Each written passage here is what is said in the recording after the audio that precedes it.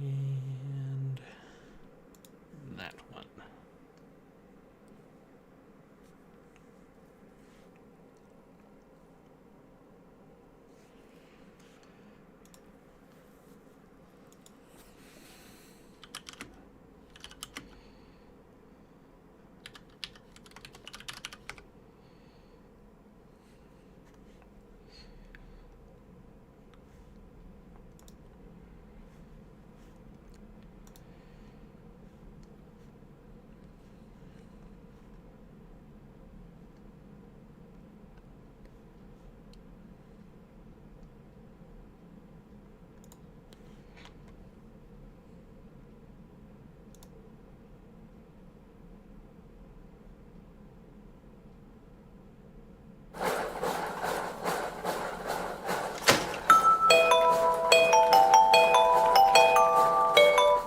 Too loud.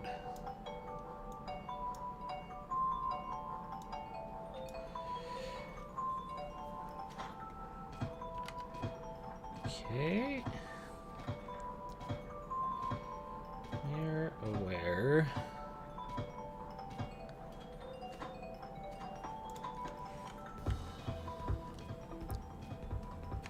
Turn my side down a little bit.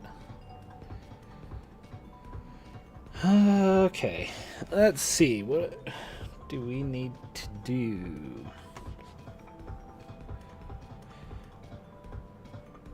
Okay, so number one, I need to make a few changes. This should be get post. We should say get blog post.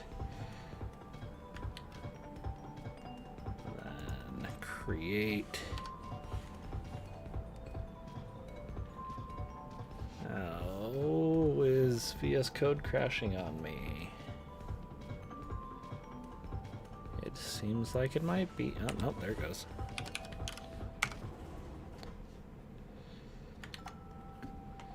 Just running very slow, I guess. Okay, so those are renamed.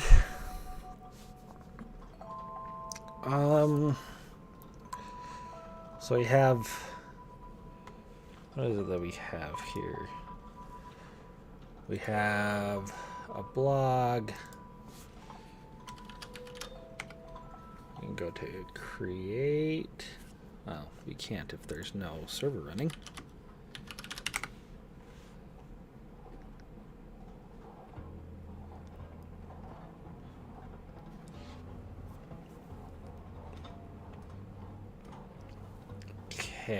Okay, so we have that.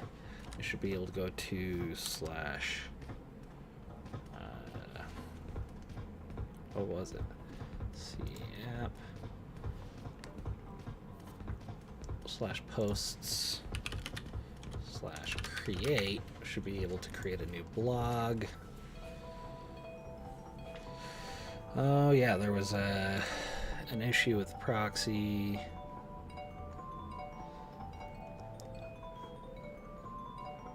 Okay, so if I go to slash that one, but without that, that was some testing that I was doing. Get blog is not a function. So blog reader. Get blog post. Okay, so it looks like I did fix that. Good. So now we can get rid of all of that, and that's how it should be going forward. Okay.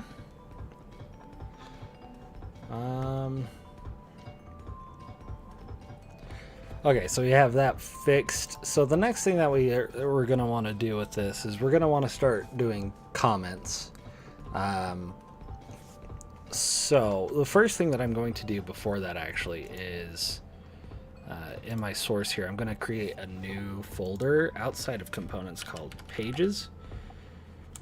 And the first one in there is going to be the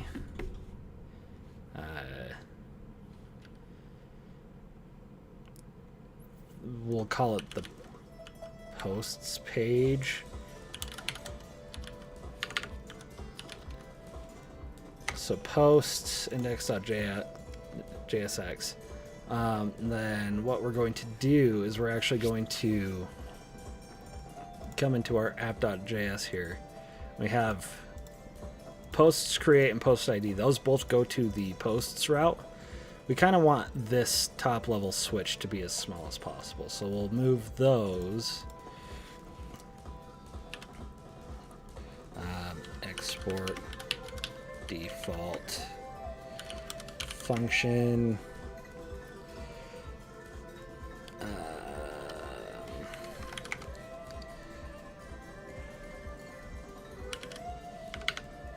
So in here we'll do another switch. So return switch.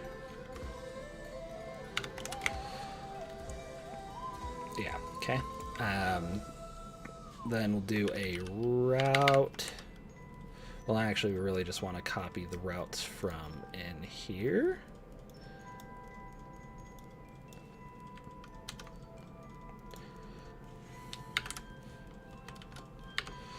Okay, and then, yeah, those should both be exact. Then we'll come into here and we'll do a route in here that says path. Not exact this time because we want it to be we want it to encapsulate everything that comes under it. So /post is sort of like our top level. If it's not exactly /post, but it is at /posts, then we want it in this one as well. So that'll equal, let's see, we can get rid of those, import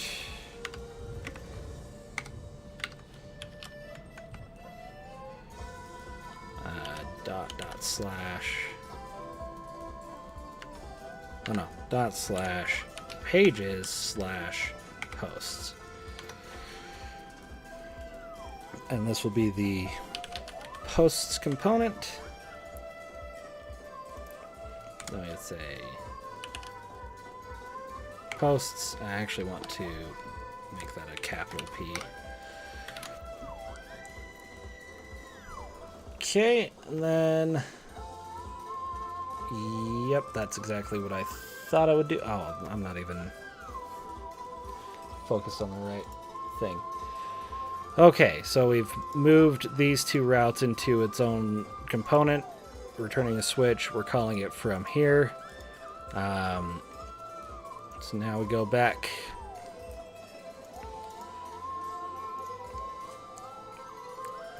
Okay. No, I wanted that smaller on my other window, please. Smaller. There we go. Now I can see it better. Okay, so not API. I don't need API right now.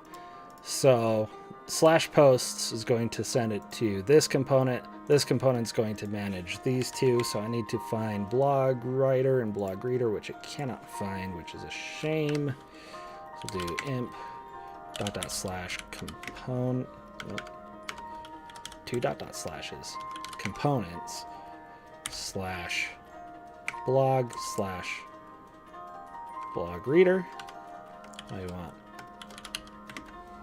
blog reader.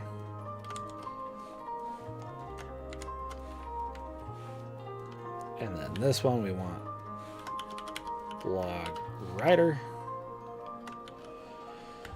Okay, and then we should see that refresh any second now. Route is not defined because it didn't pull it in when I told it to.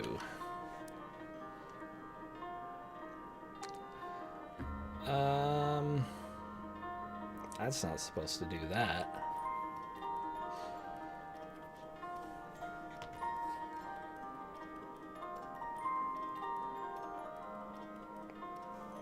What did I miss? Route is not defined, but I just defined it. Possibly just being stupid. It's just being stupid. Okay. So now we have the exact same thing that we had before, but we've now abstracted it out into its own thing to clean up the app.js. So that will make things a little bit nicer going forward. We can, start, if we're maintaining this app, we can actually find things easier because there's less things on each page. It's all compartmentalized. So I can come here, I'm like, okay, so this returns blog writer and blog reader. Okay, so we don't need to worry about blog writer right now. What we do need to do is we can start adding in. Wow, that's not even close to how you type comments. And my music is getting loud again. Okay, so comments slash I want comment.jsx. So this will be the first one. And we'll just not worry about it for a second, actually. The next thing that we want is a composer.jsx. And we want... Oh, I didn't set up... Okay, I'm going to make one quick detour into my snippets file. So I made some React snippets. And I want a React function component, RFC, import React from React, and then we want this line to actually read export const $1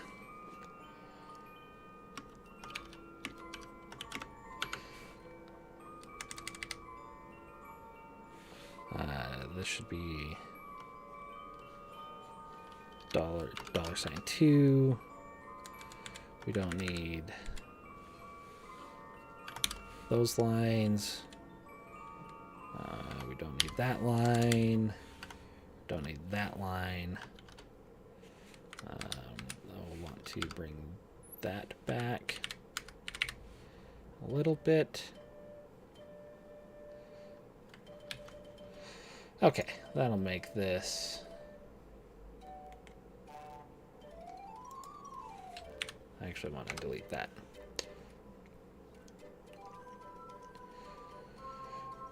Okay, now back to the composer. RFC const comment composer.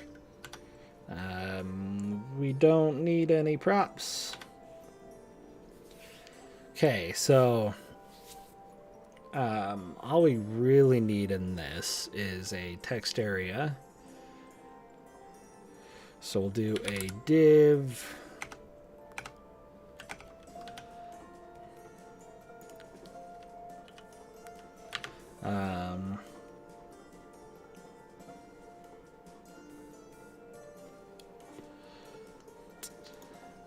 yeah, that's not going to help anyone. That should be equal sign right there.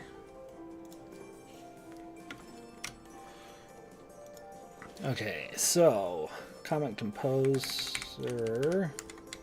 I guess I accidentally deleted the R.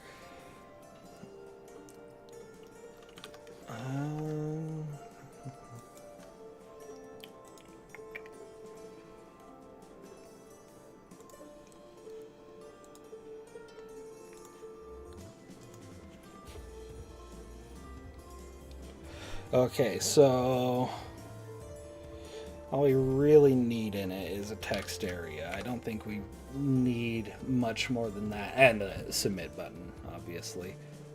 We don't need a name. We don't need an ID. We will want a placeholder. We'll just say write your comment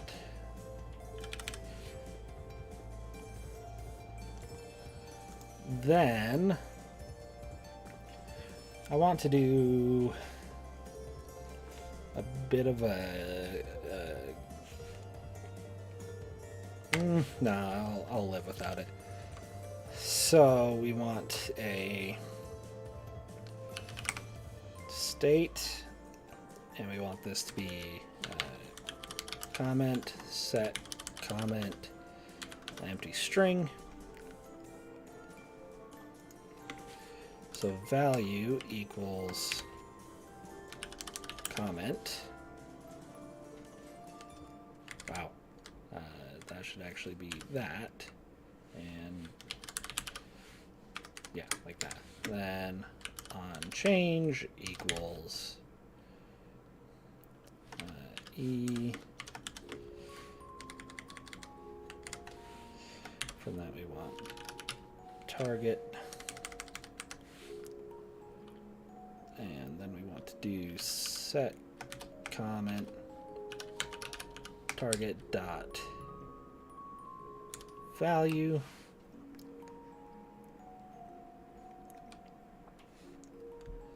Okay. So we have a composer now. If we go into the blog reader, which is where it would live, I say blog and that. So yeah, it'd be right. Oh, I left it there. Okay, so then this would be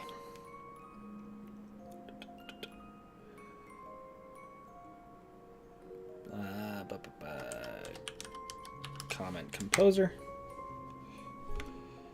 We didn't give it any props, it just exists there. And we let that re-render up here. Use state is not defined. Of course it's not, because it doesn't listen to me when I tell it to do things. I actually didn't tell it to do that, so. Okay, so we have it here now. It is a little large. We kind of want it more like that. So let's take a brief detour actually and start working on a bit of formatting. So let's see, we went ahead last time and made a layout. So we have a div, and I forgot to switch back to programming view. So we made a layout. We have a div, class name, we'll give it a container just because I added in Bootstrap because I'm too lazy to write custom CSS right now. Great. So I just realized I spelled awesome wrong. Good job.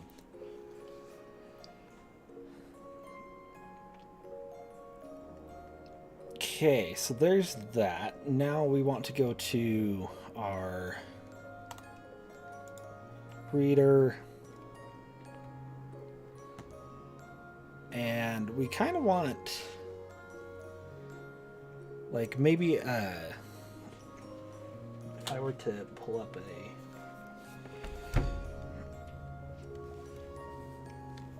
whiteboard here. So what I'm sort of thinking is we'll have like, whoa, okay. You know, our main body here, then we've got comments and stuff down here, you know, discussion, then we've got the main body up here, then we have a sidebar right here that has, you know, popular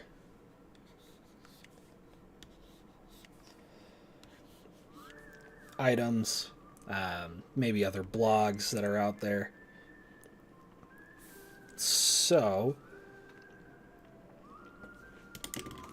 let's add a little, whoa. No wonder things are being so weird. Okay, so let's think about that. So blog reader, and maybe this, we'll actually do this in layout. No, we don't want to do it in layout. We could do it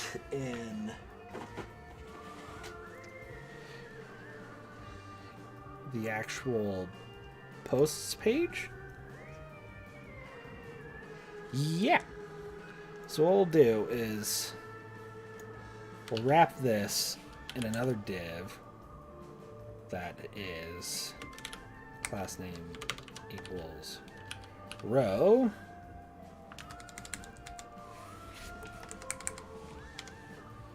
Then here we actually get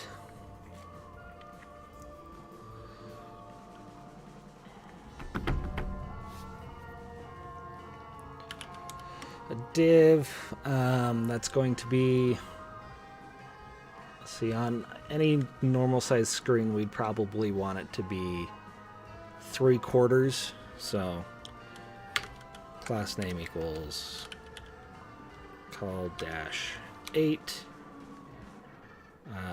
then call dash sm dash 12, and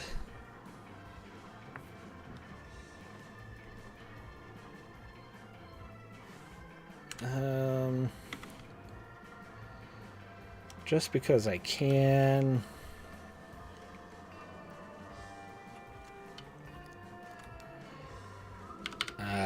not class name style equals border 1 pixel solid black, border radius is,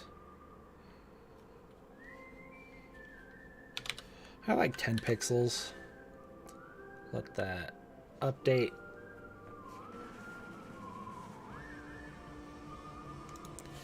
Okay, and then we'll have another div whose class name equals call 4, and we'll just leave it as that.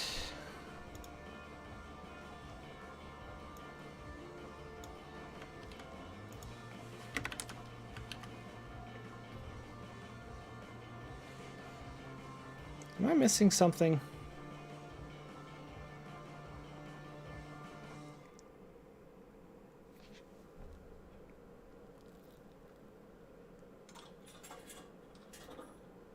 Why is that not formatting correctly?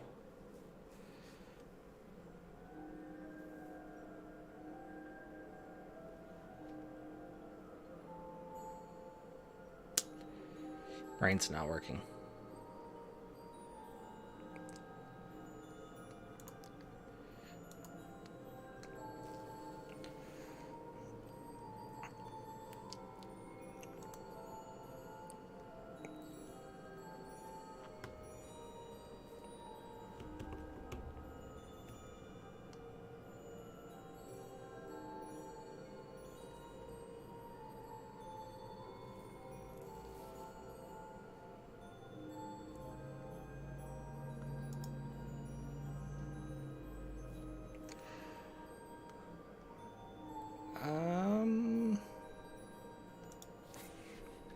Really don't have to wrap this in a div.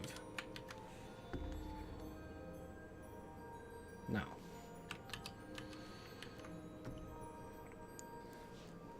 I can't figure out why it's not there, but at least I have some idea of the boundaries, and I guess that's fine.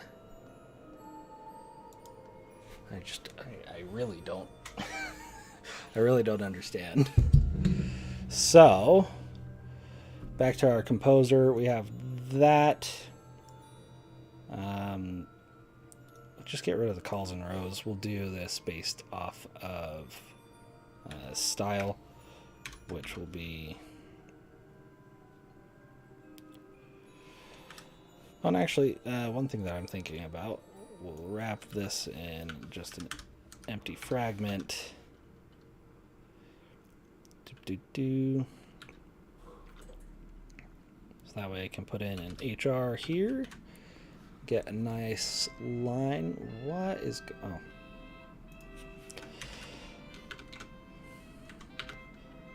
Then height, we'll say, by default, we just want it to be 6 lines, so 6 EM. And width equals 100%. So we now have some style in there. Okay. So we have that.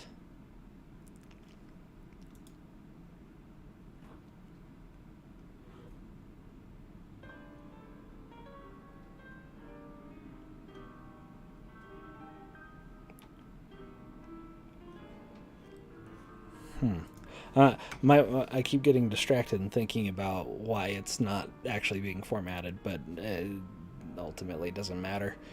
Okay, so now we kind of just want some buttons.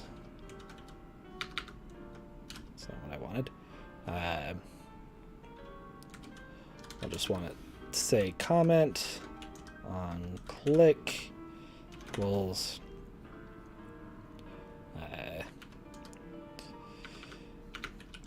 submit comment, like writing functions that don't exist yet. So fdef submit comment doesn't take any arguments, but we say API dot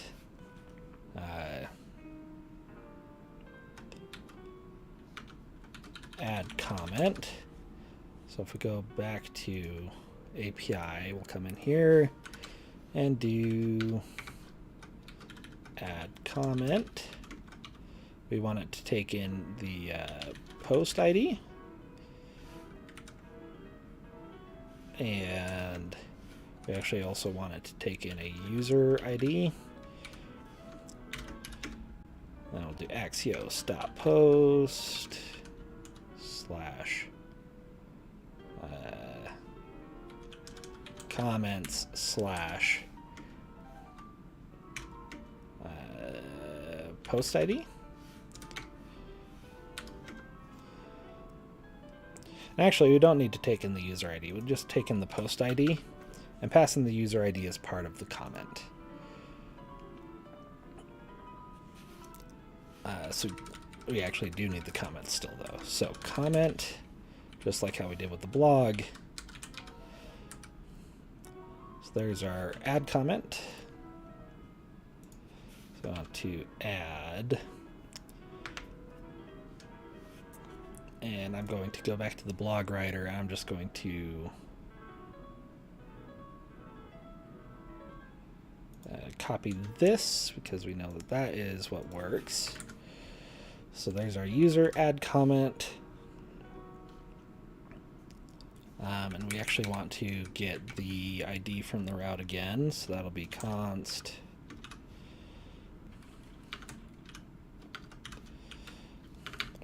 params ID equals use route match. So add comment, and this is actually going to be async. Await add comment.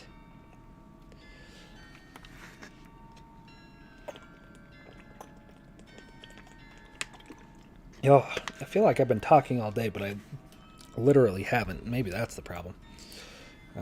Await add comment. And what we'll actually do is our comment will actually return the entire post again. So that way we don't have to worry about like comments being out of date or whatever. We just get exactly what was there before. So we'll say const equals, I want data out of that.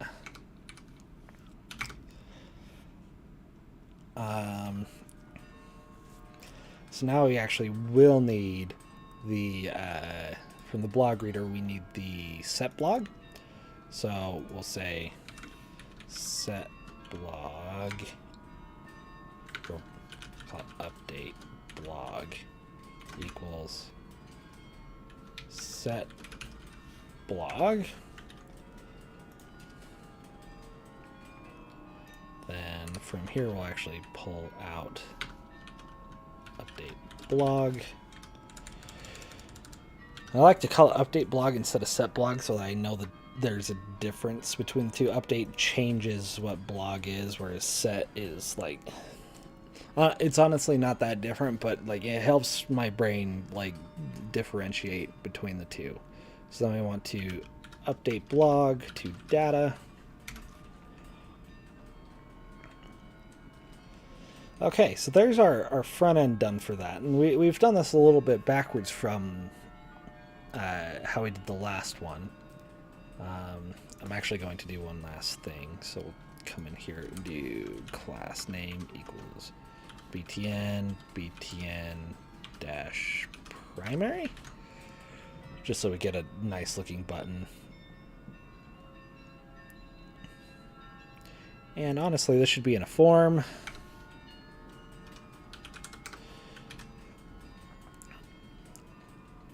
Okay, so we have a form now.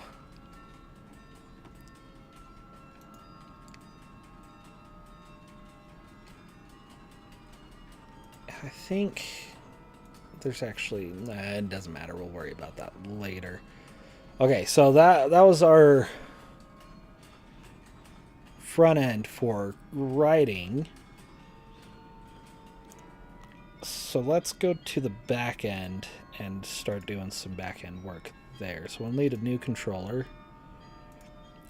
And this will be comment... oh, frick. Good job. F2. JS. Comment.js. And we'll do module.exports equals an object. Create. Oh, what was the...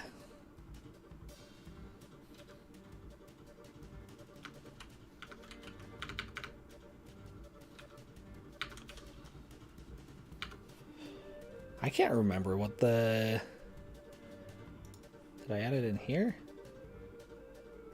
Async handler, yeah. Oh, and of course we need a... Okay, so create. Okay, so first thing that we don't... Oh, we actually need... No, we don't. That's part of the blog model. So, with request, we actually want to take out the body.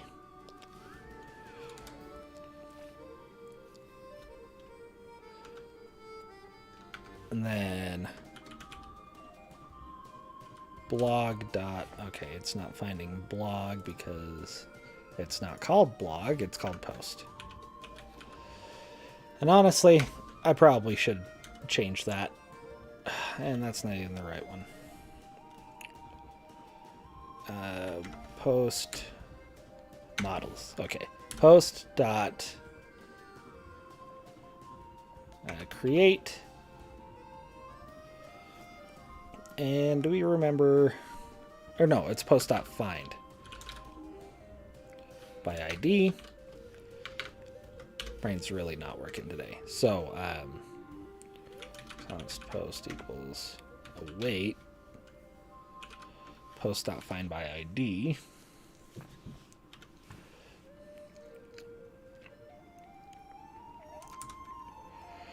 Okay, and then we want body dot...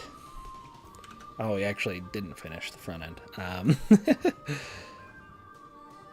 So we want add comment. Oh, that doesn't... Okay. Doesn't matter right now. Let's take a look at this. So we need a post ID. So first we're sending in ID from the route. Then we're sending the comment. So I do want to look at how the comment model is because I've forgotten in the past week. So comment schema, we have a body, we have a user, we have a date. The date will automatically get set, so we don't need to worry about that.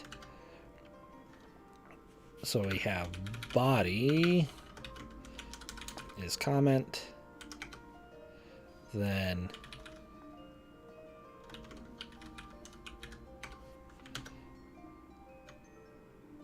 yeah.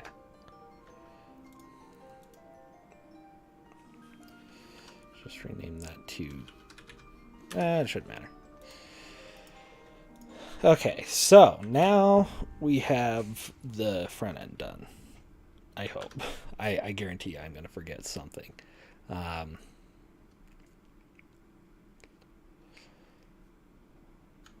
back to the back end. Come back in here.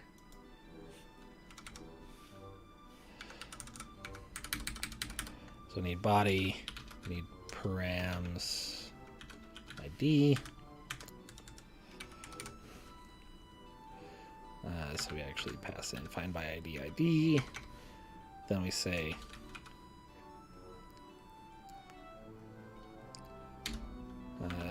not constant post dot is it comments? Yeah, post dot comments. Wow.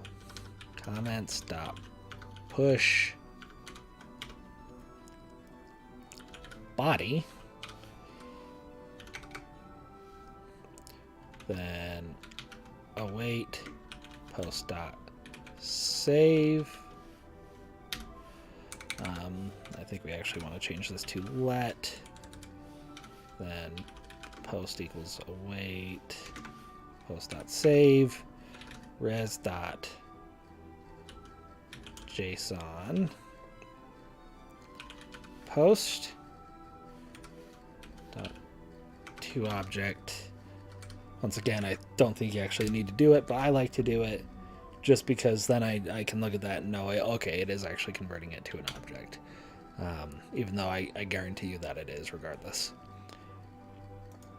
So now we need to do the route. Do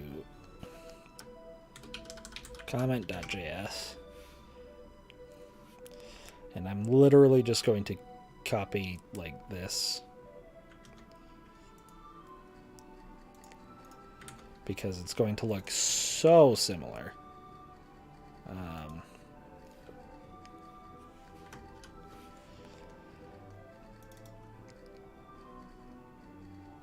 So instead post controller we want, I have to actually add the comment controller here. So comment controller require slash comment.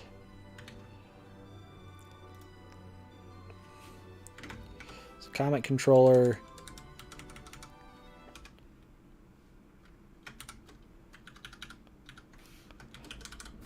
controller. We actually don't need get. We probably want an update. We probably want to delete.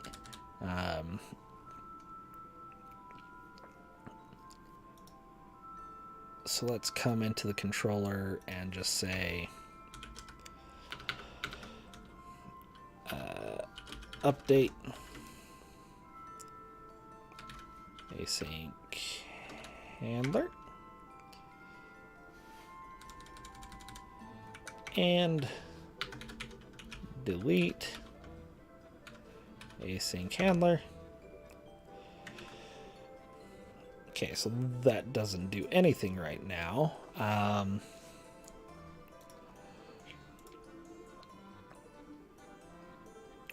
We don't need anything that looks like that. Okay, so now we're doing the same sort of thing where we're sort of overlapping between different methods using different IDs under the same route, but honestly, like, there's not, in my opinion, there's not a better way of handling it.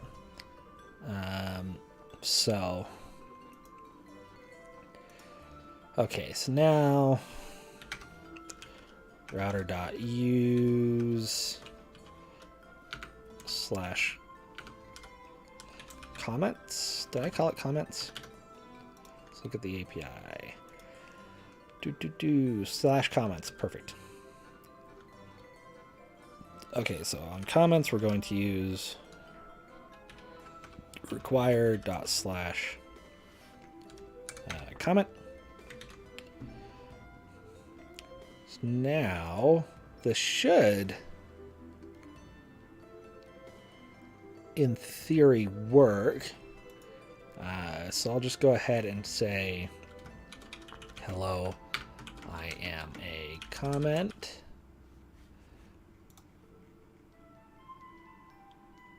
And I forgot something very important. But if we look at this, network, I'll just refresh the page real quick. So that was...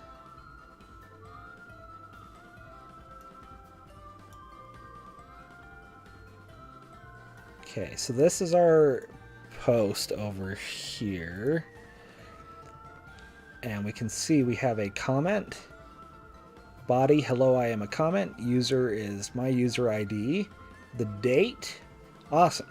So that works. So now what we can do is we can start working on the actual display of comments.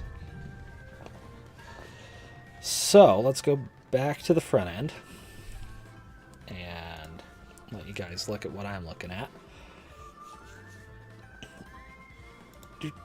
So in comment.js, we'll do RFC again. Comment display. I don't generally have a consistent naming scheme for my React component, which was probably less than ideal, but it'll be fine. So what this is just a dummy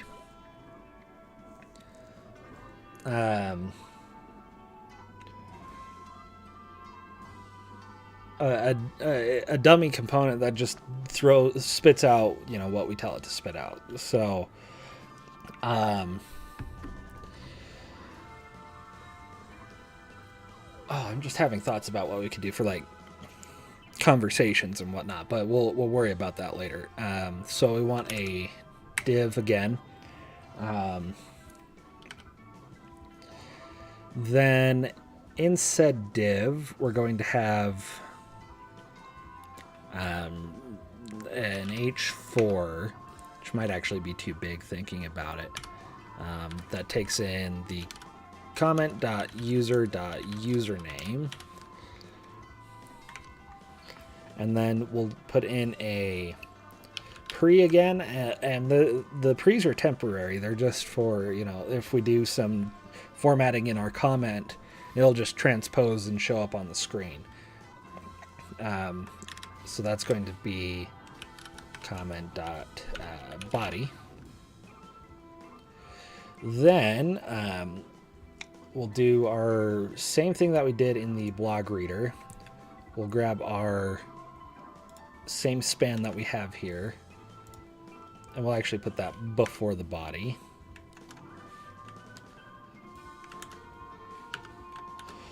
Format that, and that won't show up on the page because we have to go into the blog reader. Okay, so then we'll do the let's see, we'll do blog.comments.map, and comment, we want to return a comment display, where the comment equals comment. And one thing that I just realized, so it'll probably break here when I save. Yeah, so format is not defined, blog is not defined. Neither of those are what I expected to see, but oh, nope. That is actually what I expected to see. Then format, I'll import from datefns. Okay, so that'll come in.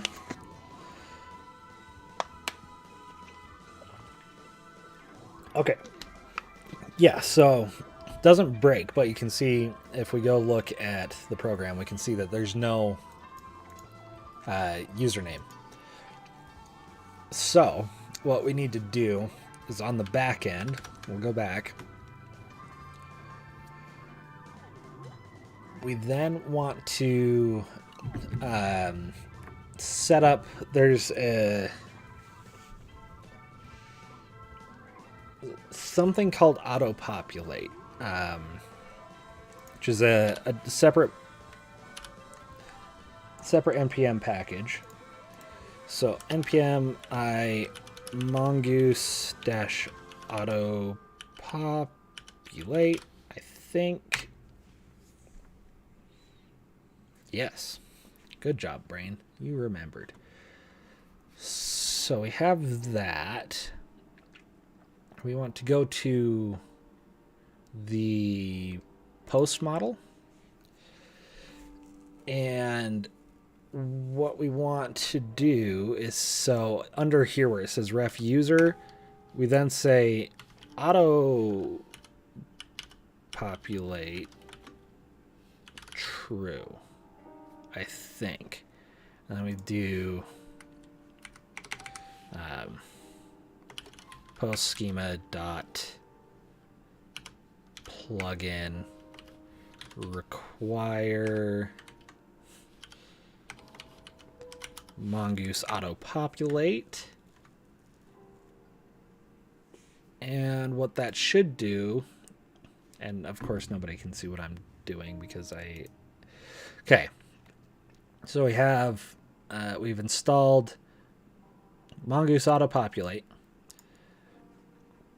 Then we've come into our post model.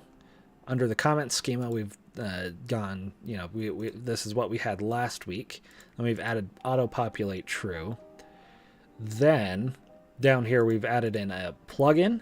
So Mongoose has support for different plugins that do certain things.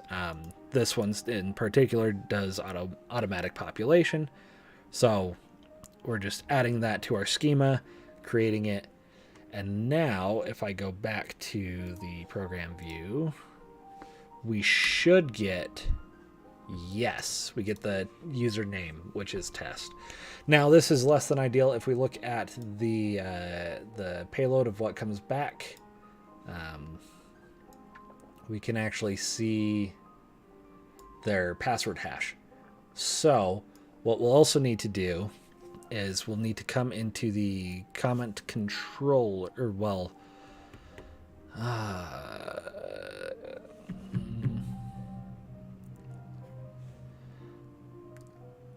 yeah, we'll have to do it everywhere. There's a way to add middleware. I've not gotten it to work, so I'm not even going to bother. So then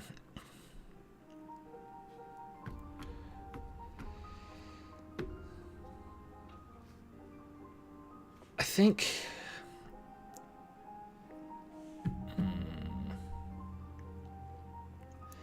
I'm going to have to look at how to do this with Mongoose again, because I haven't done this.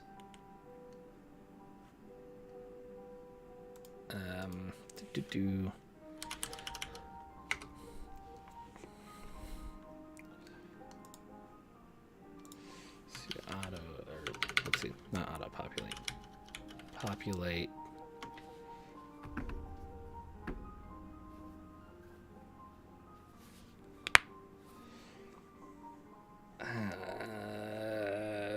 Projection.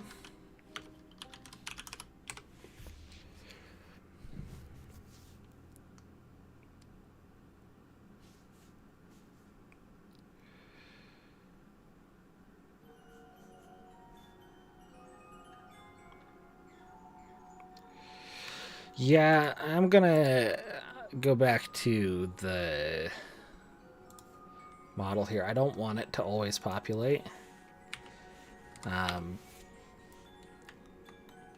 So I'll actually get rid of that. That was an unnecessary detour.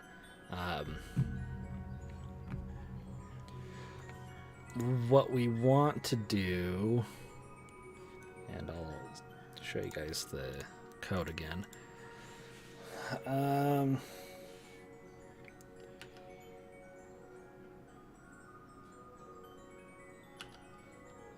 Await post dot populate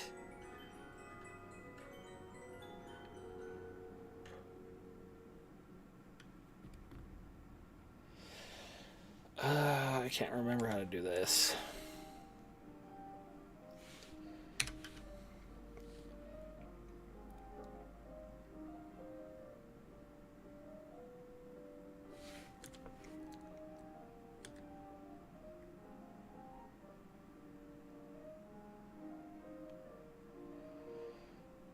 Okay, model populate options. Let's take a look at what those actually tell me to do.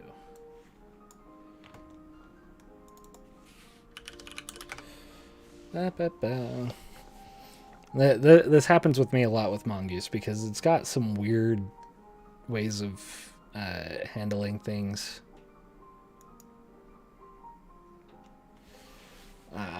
That I don't find incredibly intuitive or, dare I say, logical.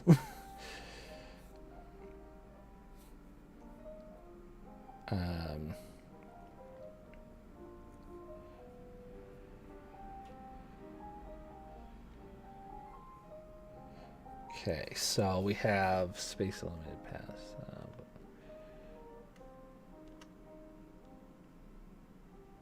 Okay, so path, retain null values, getters, clone, match, skip invalids per document limit.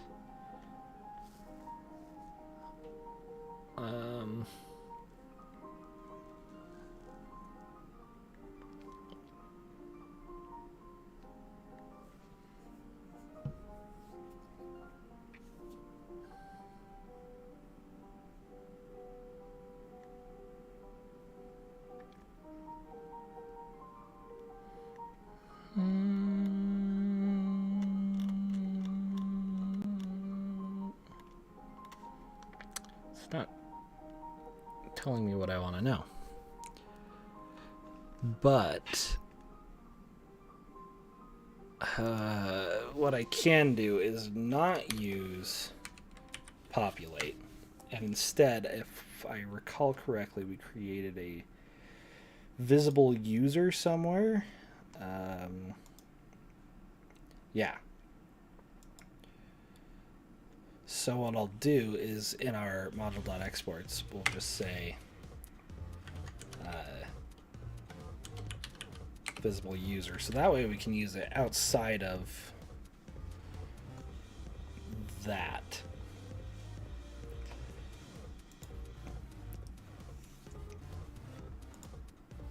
And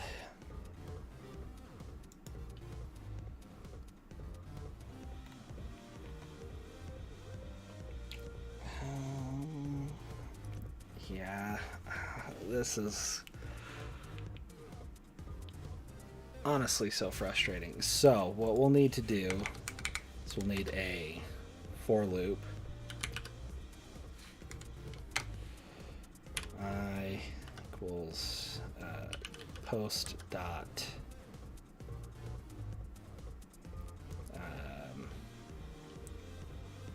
comments dot length, then comment equals that. I could say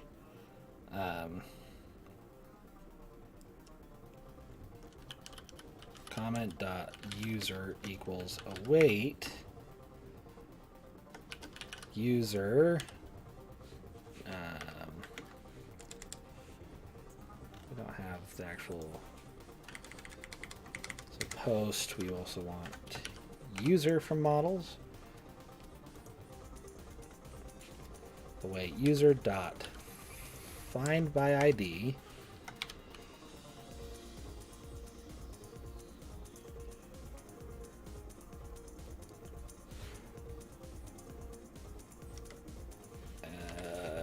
Comment dot user. But then I also want to actually wrap all of this This is probably not. In fact, I can tell you already, this is not the best way to do this. I can guarantee there's a better way somewhere that I just can't think of because Mongoose's documentation is better than most, but still lackluster in my eyes. Maybe it's Mongoose's feature set that's actually lackluster in my eyes. So new visible user, await user.findByID, comment.user.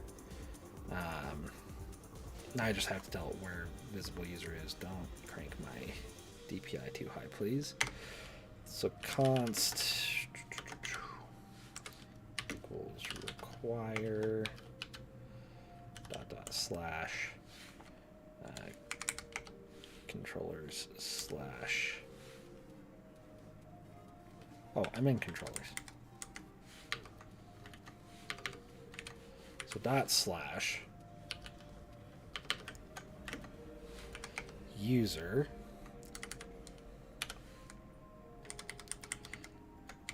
and from there we want visible user. Okay. So now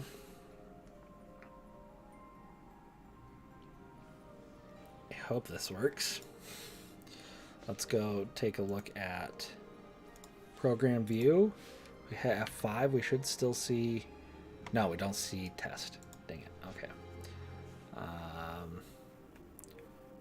We're not getting any errors, so that's a thing.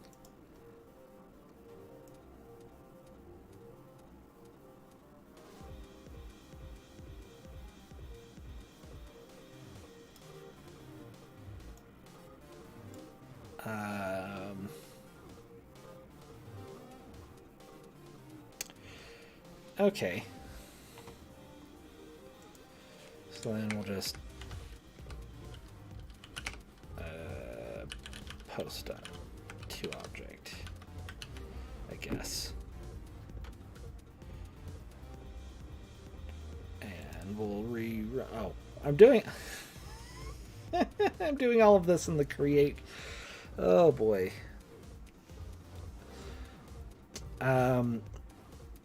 So at this point, actually, it might be worth it to do some middleware.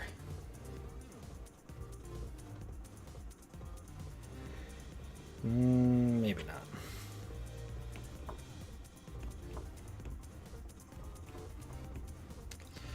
Yeah, I'll just do a bit of wet code for now. So this is here. We'll also need it in the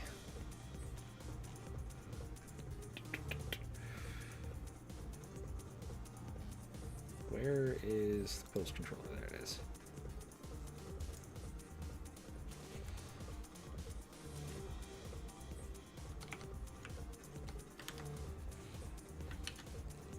Yeah, I think that'll have to do. It didn't work.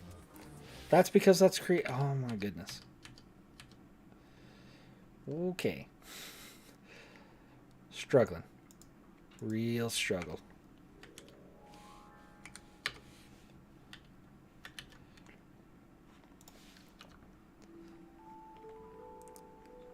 And of course that didn't work because there's no visible user in this one.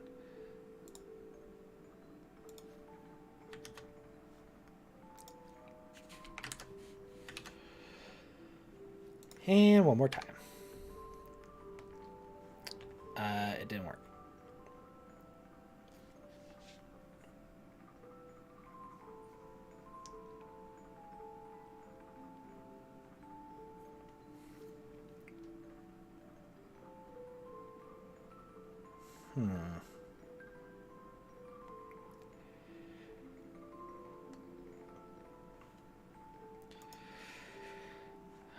Okay, I'm actually going to hide this real quick.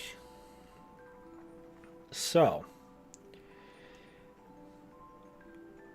the post isn't getting modified, it doesn't seem.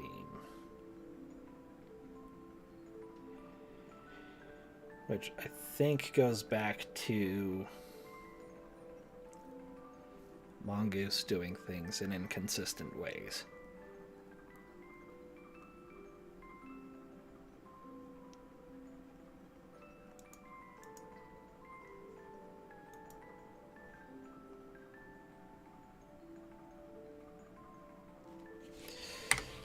Let's try console logging comment up here.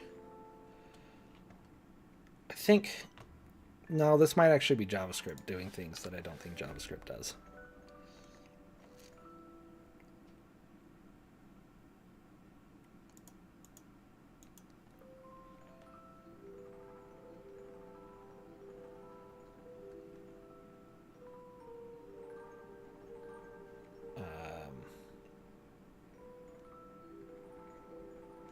Hard to tell because I added two things. Get rid of one of those. Okay, hello, I'm a comment. Okay, yeah, it's not updating.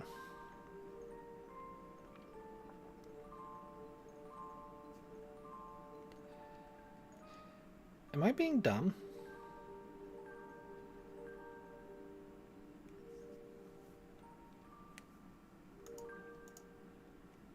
We have visible user.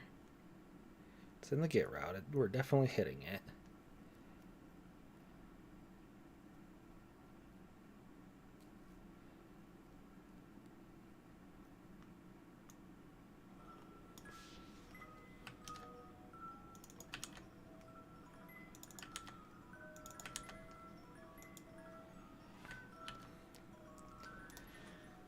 Ba-ba-ba.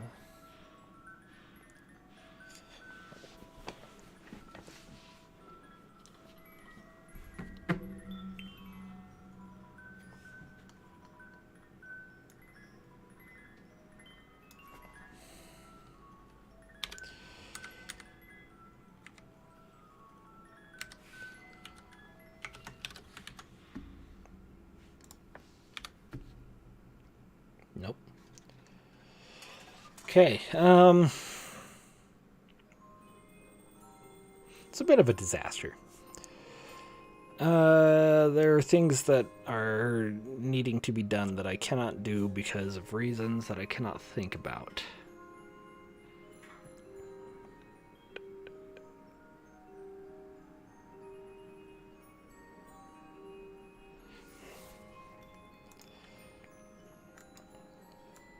Try this.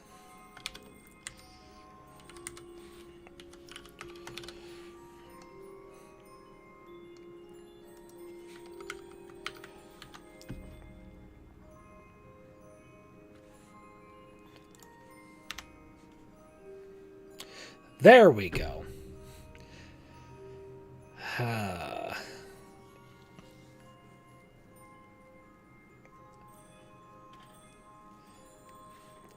Okay, so the problem was that the post needs to be made an object before doing this. So now I actually need to go update that in here.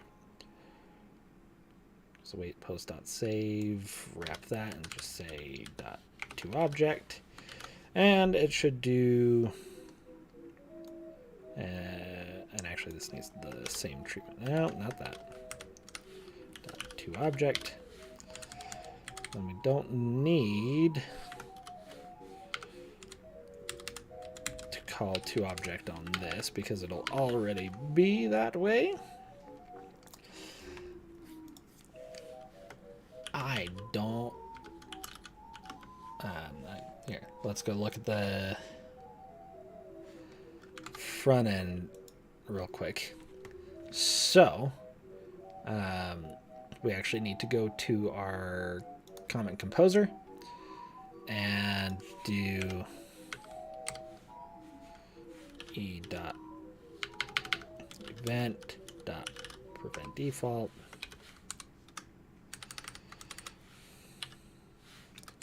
And change it to E. There we go. Now let's go take a look in here.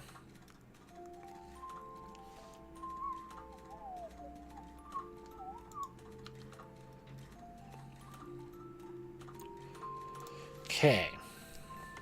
I don't like this post. It makes me angry. Angry. Comment. Sweet. So I was absolutely right, though. H4 is way too big. I guess we'll do an H5. How does that look? Oh, it didn't actually change it. There we go. Now it changed it. I think it's still a bit too big.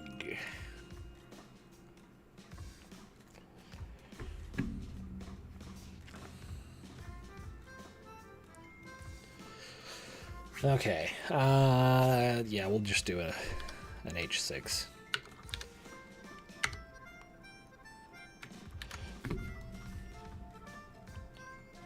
Okay. That's really small.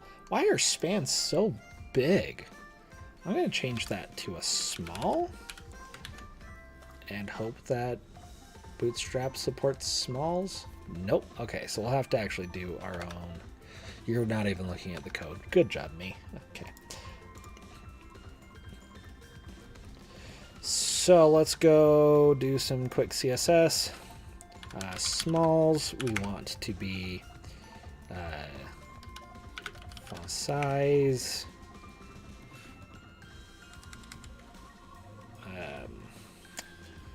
I think I usually do 0.75 EMs on them. I guess I could turn that back on.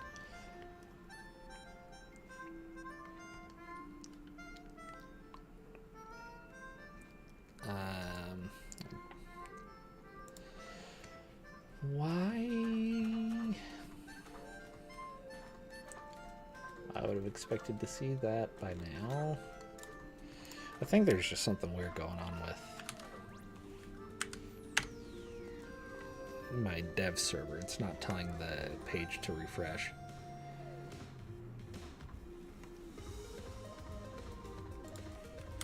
Slash posts slash that one.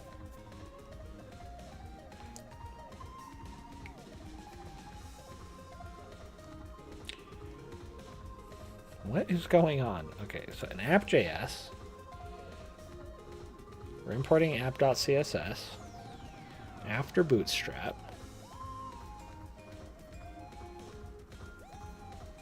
I don't get it. Body backhole black. So that worked.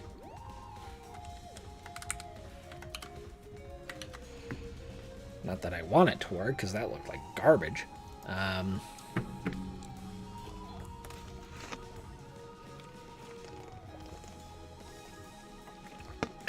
We don't need to look at app because we know that that works.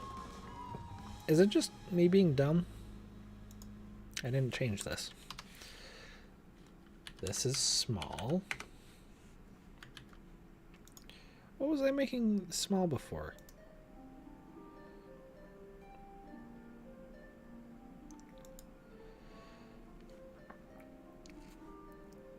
Whatever it was, it didn't actually get made small.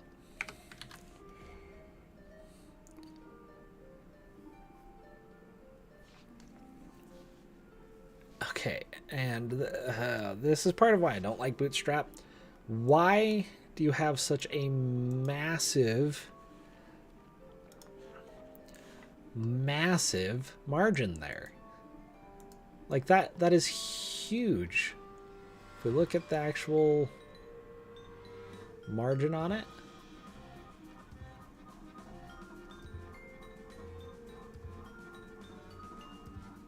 like I don't.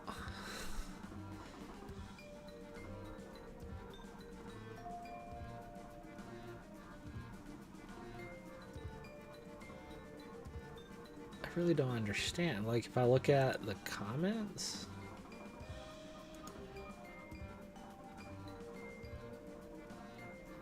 Yeah, so I'm gonna change that.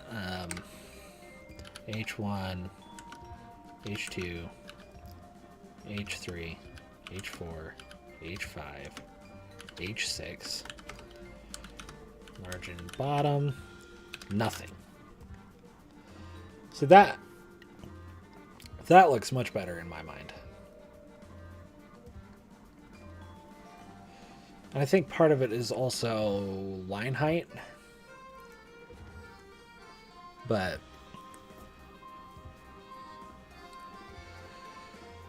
I think,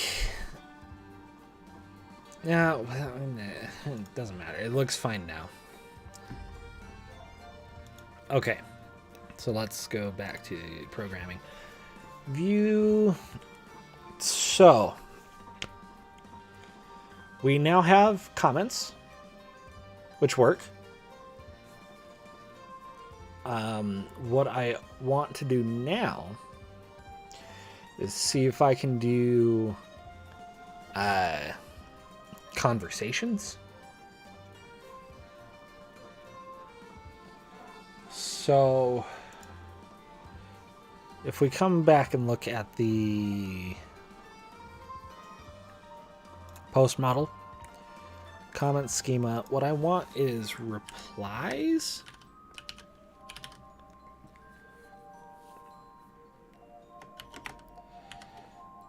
Which I want to also be a comment schema.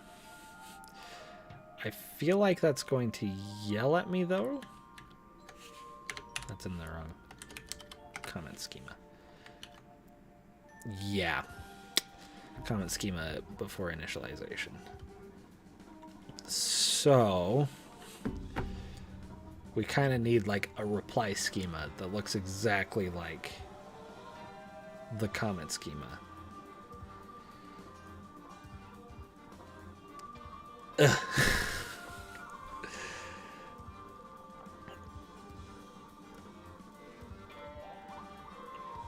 There's a way to do this. I'm trying to think of what it is.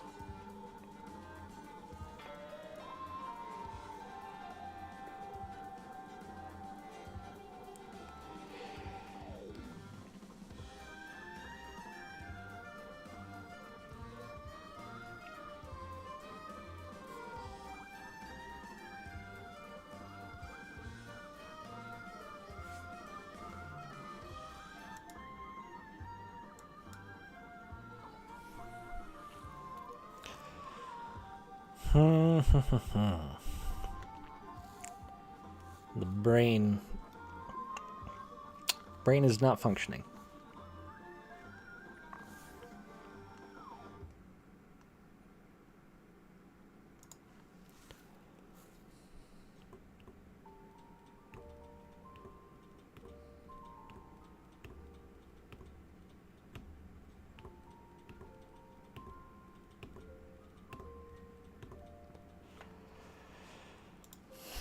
Let's try this.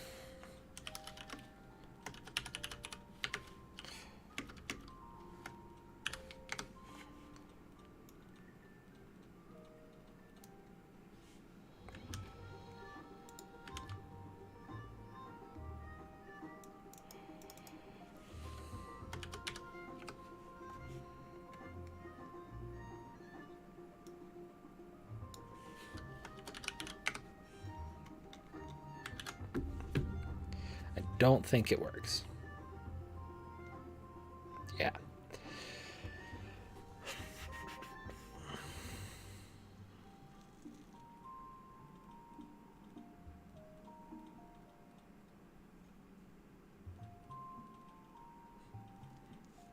I've never run into this issue before.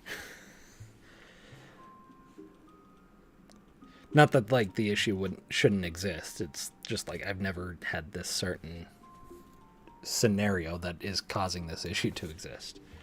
So let's go back to this.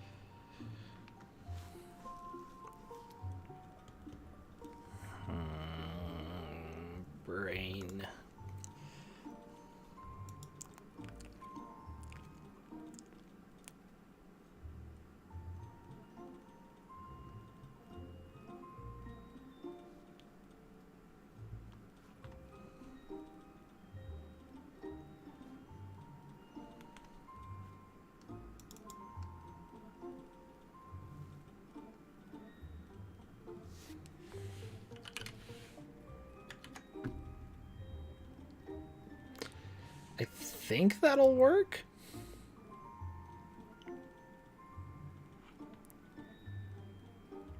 But I can't.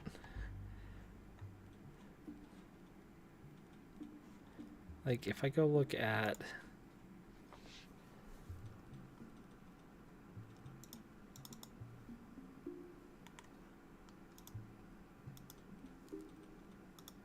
Okay, so we have 2 comments.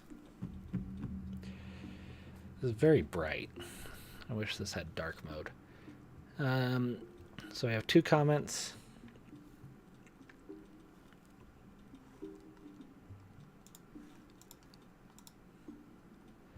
It doesn't crash when I do it. So let's just, I guess...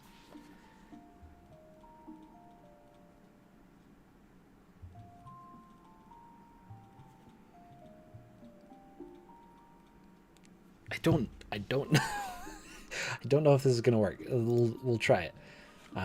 So we kind of want another one of these, but instead it's going to /reply/id.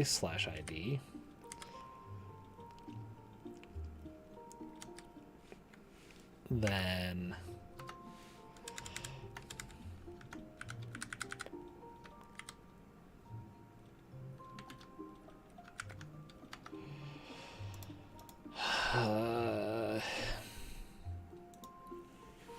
create reply, update reply, delete reply.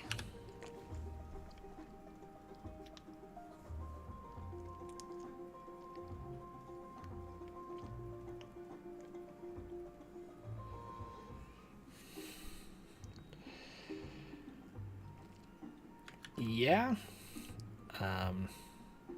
We'll just go into our controller.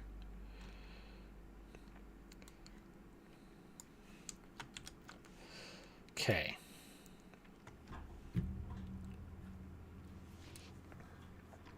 That's not going to work. So this is create reply, right? We get the ID.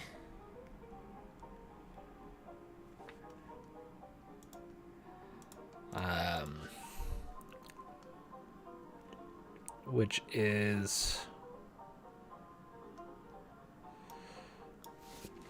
I think what we'll do is find, because there's a way to do this in Mongoose.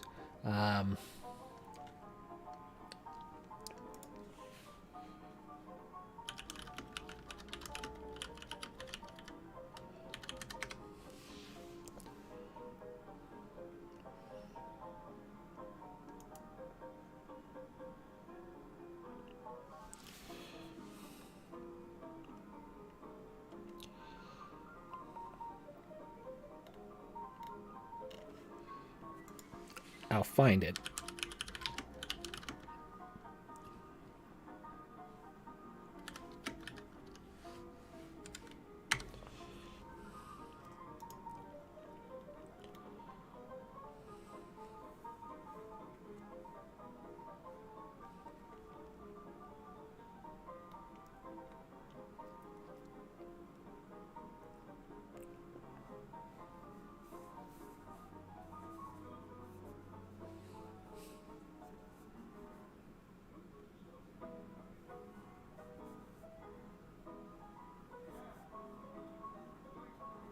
Oh, yeah. So we want to find where, we are looking at the code, right? Yes. Find where comments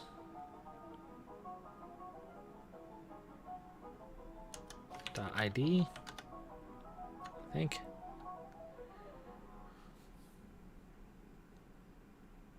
Yeah, comments.id is equal to ID.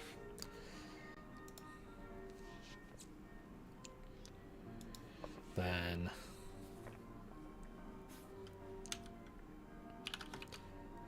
ID is ID dot replies dot push, then save it.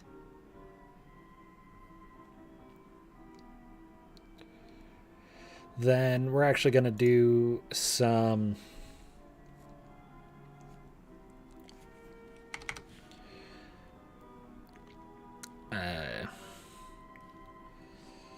let's see.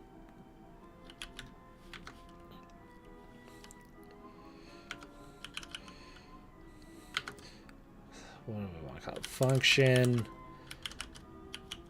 populate comment.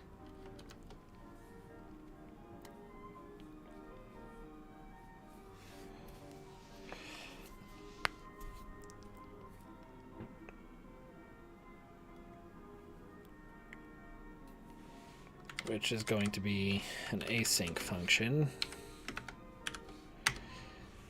which is going to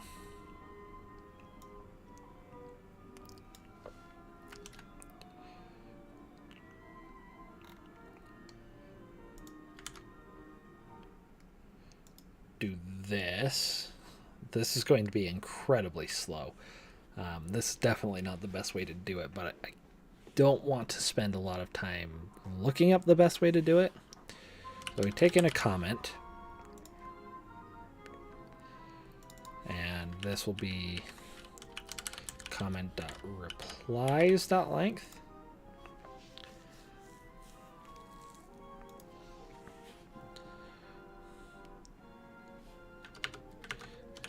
Comment.replies.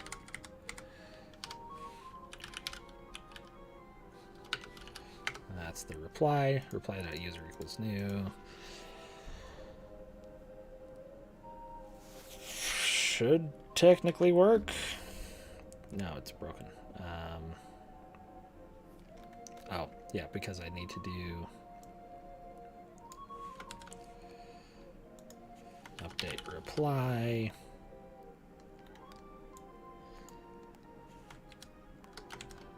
And delete reply.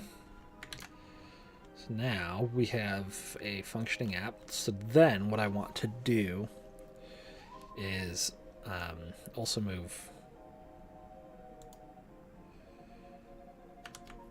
this into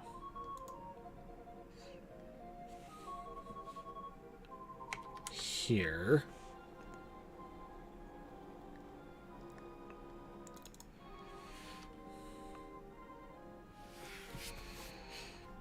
And we'll actually want to run populate comment on each reply. So doing a bit of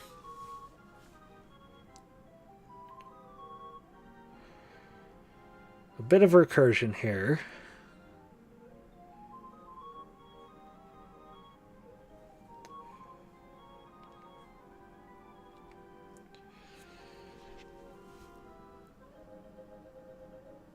Because the reply is effectively a comment. So I say comment.user equals new visible user, find the user, blah, blah, blah. Then we say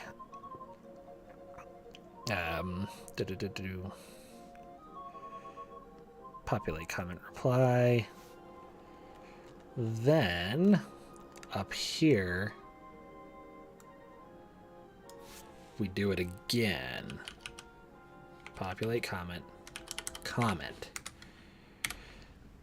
And we'll actually come out to the top level. We'll create a utils populate comment.js.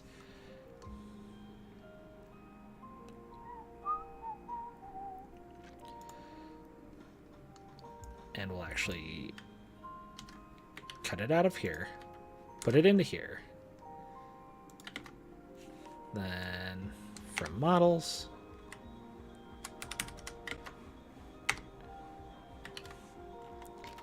okay, do things the right way, I guess, just to help keep my sanity. But now we can come to the host controller and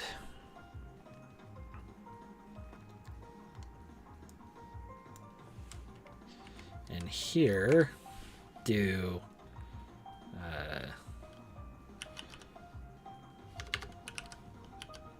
populate comment. Oh, come on. We actually don't need this in here. But what we do need is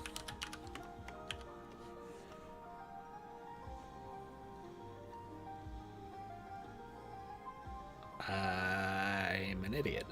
Where is populate comment?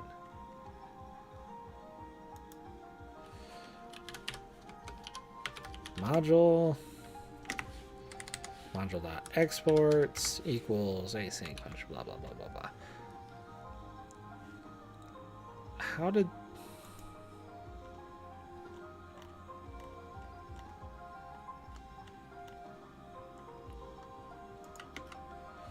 populate comment.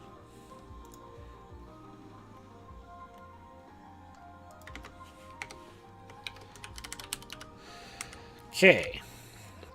Significantly less than ideal. It'll be incredibly slow. We probably won't even notice it, though. What's wrong? Missing initializer and destructuring declaration.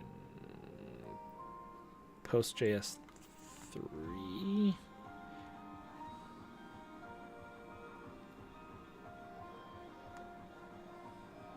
Oh, yeah. Brain. Okay, so that's working. If we come up to this and refresh, it breaks. What am I missing?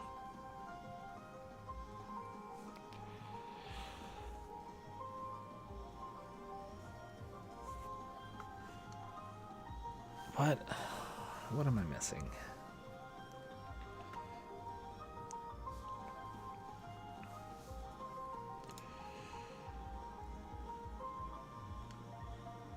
We have user.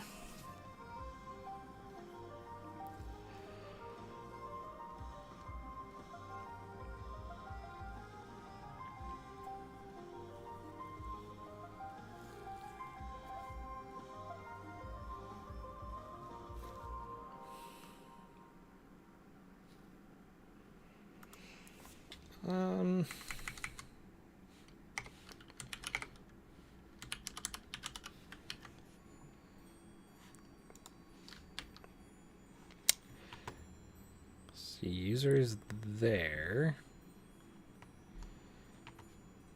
So that definitely still worked.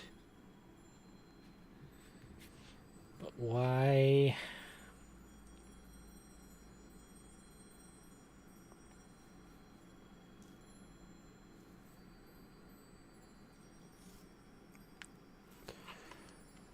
Just have.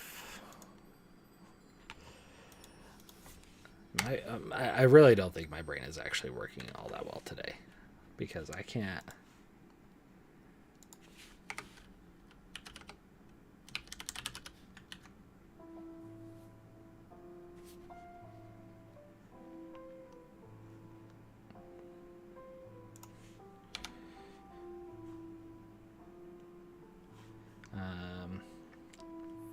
Fewer console logs, please.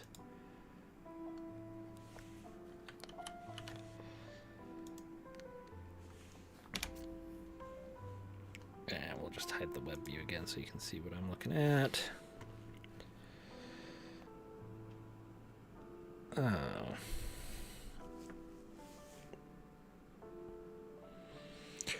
Sometimes reference types aren't reference types. And I can never remember when those are.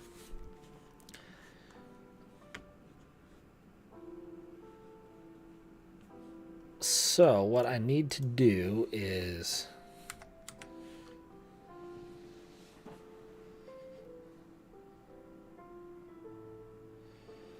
say reply equals populate comment reply, then return comment.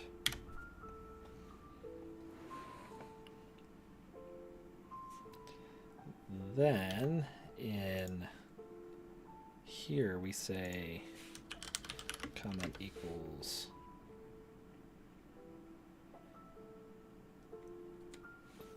that. We'll say post up comments.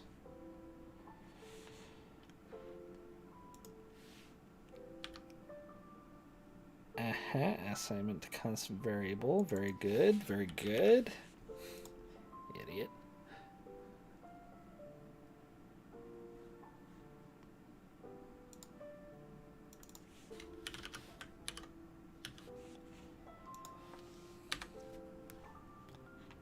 Okay. That's what I thought it would do. So now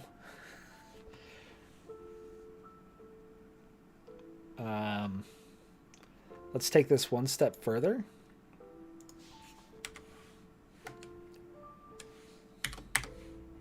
No. I still wanted it.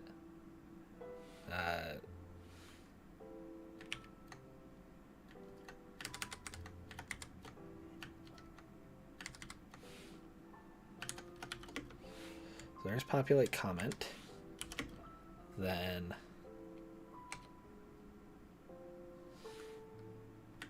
actually no, we'll take this out of the module.exports.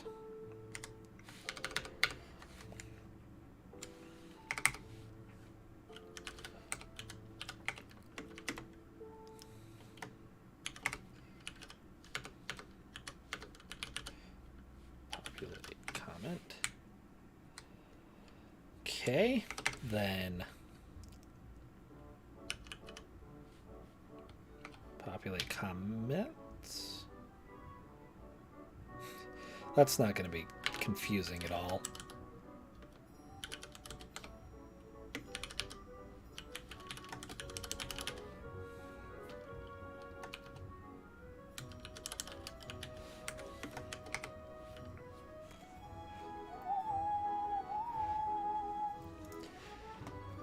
Just because I really don't want to have to write this over and over again.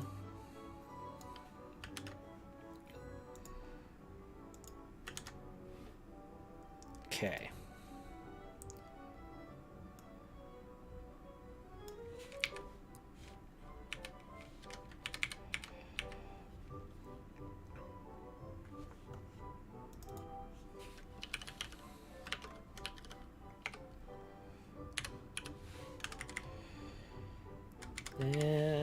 Okay. So then we return comments. Then up here, we do the same sort of deal.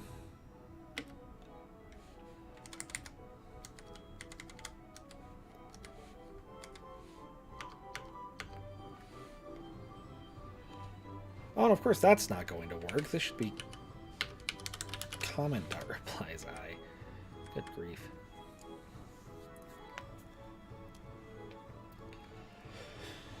Okay.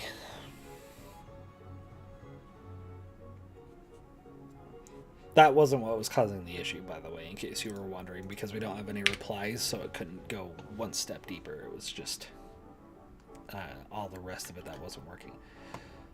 So now I think I can technically put this in middleware. I'm not going to.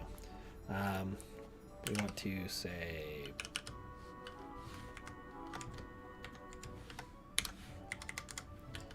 populate comments. And actually, we probably don't even want that in there. In fact, I can tell you right now, we don't want that in there. Because we want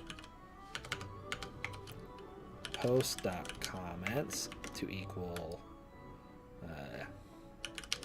populate comments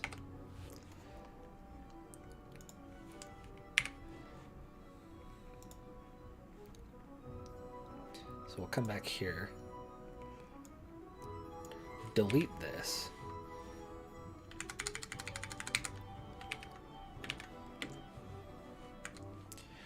Oh, and this actually needs a wait on all of those.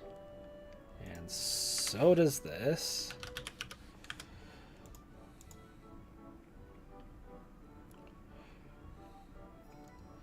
Okay, so we have populate comments, goes through all the comments, populates them.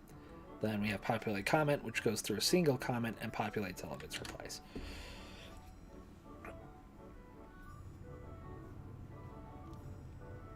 So now what we do is in our get route up here, say post.comments equals await, populate comments. It's not finding it because of course not.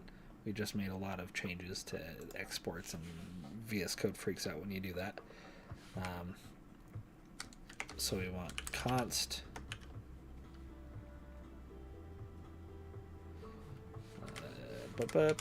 equals not return, require. Not that require. Oh, good grief. Dot slash utils slash populate comment. And we don't want that. We want populate comments. And then we pass in the post.comments. Now, when we get this, this should fudge. Okay. Populate comment J. Oh. This should not be post. That should just be comments. Now, you refresh. And we get everything the way that it should be. Okay, that was fun. And a very important lesson. So, next, what we need is a way to reply. Actually, first what we need to do is, so we do our create, and we say post.comments equals await populate comments.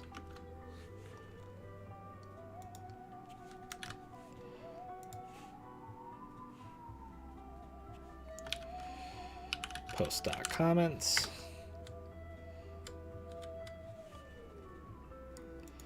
Then we'll do the same thing down here.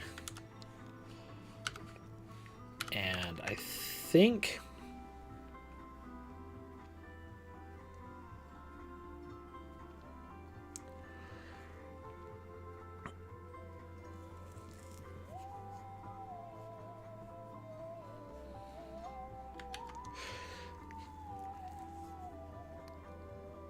there are some limitations to this. I am seeing what they are right now. The biggest thing is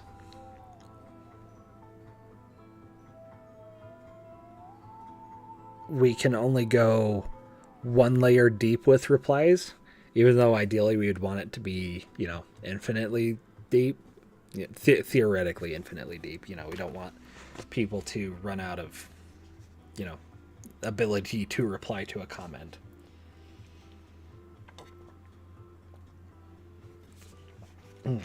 So what we need to do is, instead of finding comments.id, we want to find the post by ID. So we'll change this from ID to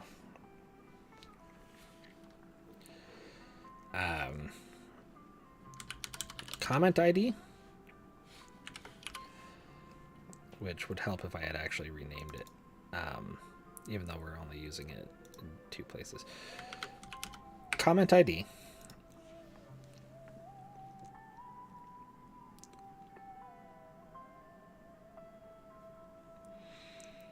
Does that do a deep search?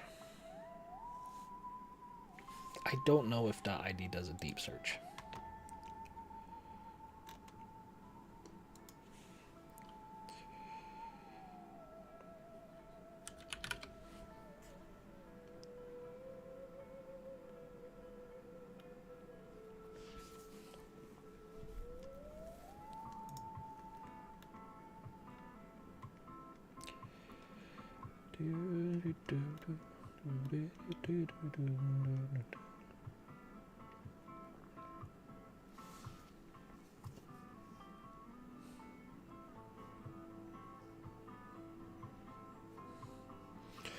And this is actually, now that I'm thinking about it, it makes more sense to make a separate comment schema. Because that doesn't limit us to just a single layer. We can actually have as many comments as we want, and we can relate them back to another, and we don't have to worry about infinite nesting in a document, which is actually something that MongoDB is not built for. It's not that you can't do it, it's that it's not a good idea to do it. So down here we'll say const. Oh, this is gonna mess everything up. So we want post in here.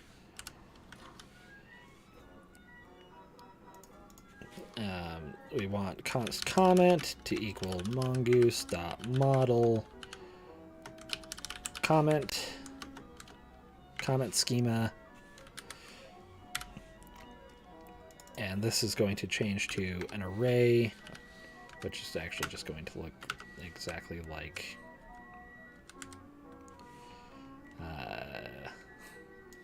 this, minus the fact that user is going to point at comment, and then up here replies is going to look like that. I can't believe I didn't think about doing it this way in the first place, because this is way smarter and way less stupid than what I was trying to do before.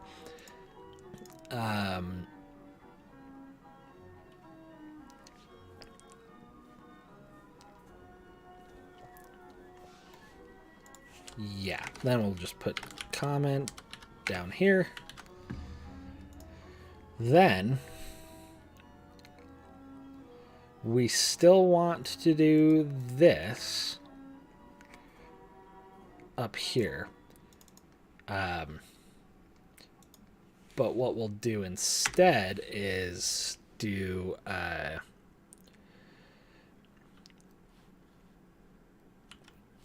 const comment equals await comment. Oh, and this is going to be awkward because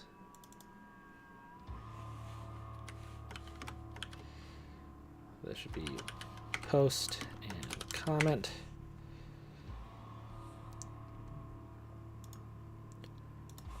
Comment.create body.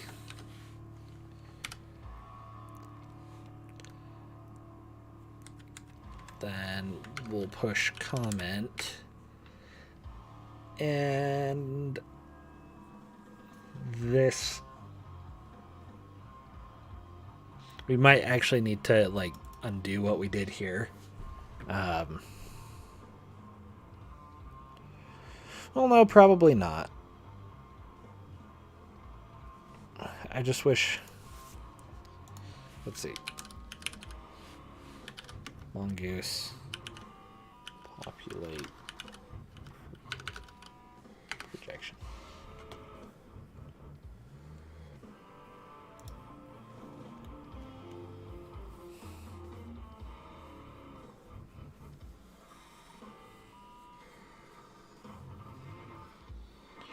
Wow. a lot of things that I'm learning right now. Okay, so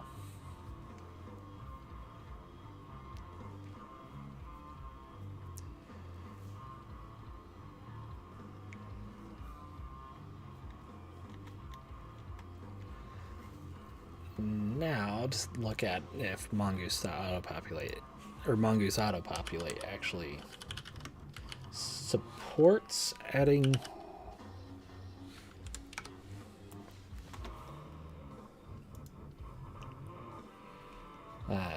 options to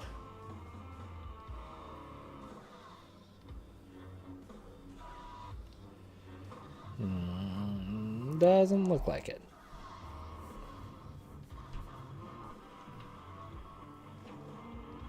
Read the docs here. That'll help. Okay. Options.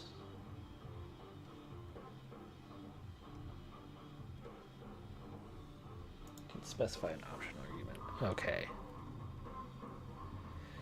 Yes. Okay. There's a good way to do this, and I took the time, and we're all going to learn from it. So, the good way to do this is so comments will automatically we will have the comments automatically populate. So let's come back into here. So here we could say auto populate true, and we'll actually put that down here as well. And then we only need to do this on the top. So post schema dot plugin require mongoose autopopulate like we did before. Only this time you guys can see it. No, you can't. Oh boy. I'll get the hang of this. This is only the second time that I've done anything like this. So we've added autopopulate to comments so that we get the comments. Then we've added the schema only to the post schema. We don't need it on the comment schema. It'll propagate throughout all of them. So then we have replies. These replies will also autopopulate. Then we have user. What was that? Oh, just Reddit notifications for some reason. And this we want to auto-populate. But instead of just saying true, we can actually pass it select, which will be, I think it's space delineated, so I can do select username. And that's it. I don't actually need anything but username for this. So we have that.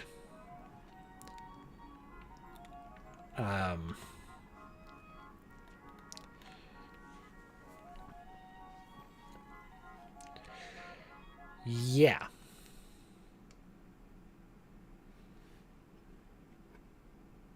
So yeah, I don't think we'll actually need.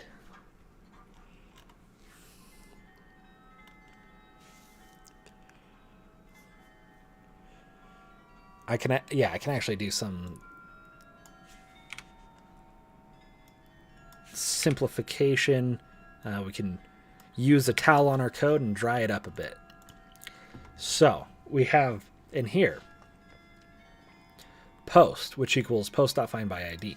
What I can do now is say if not post, which means if there was no post, then I want to say post equals comment.findById. And then I'll actually have to go.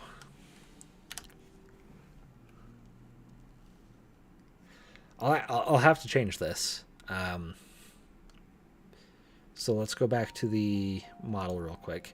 Instead of replies, we'll change this to comments to match up so that they both have the same sort of deal.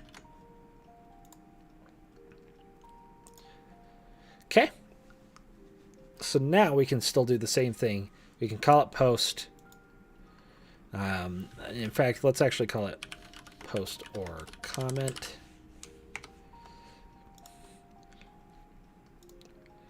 Okay. Then we don't actually need this. And we won't need it in the post controller either.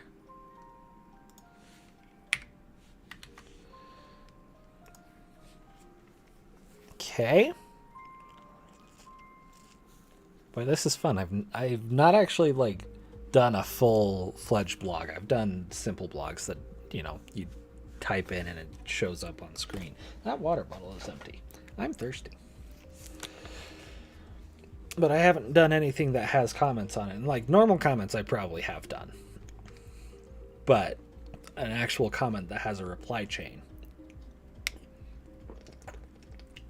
have not done it. So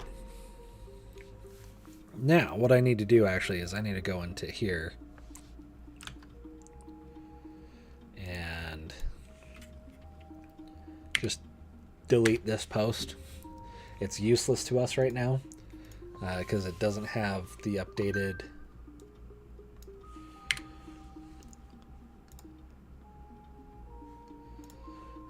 data in it. And then I'm going to come back over to this real quick and actually turn the web view back on. Okay.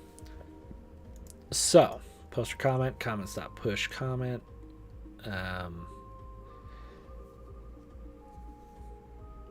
Which should theoretically work. And then I'll depopulate it. This should be awaited. Comment.create body, push into the comments, post or comment, to object, post or comment. Okay.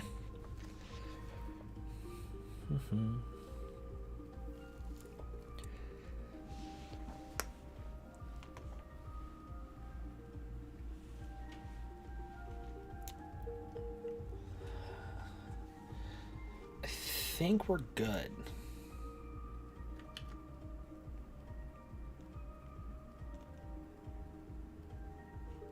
So we'll now need to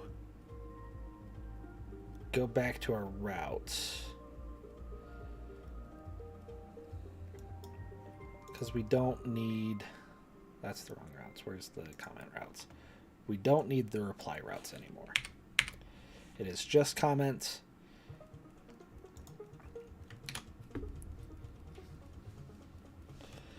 Okay.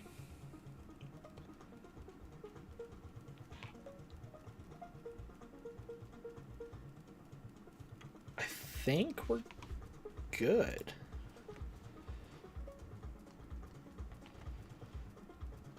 So now that we're here, we can actually go to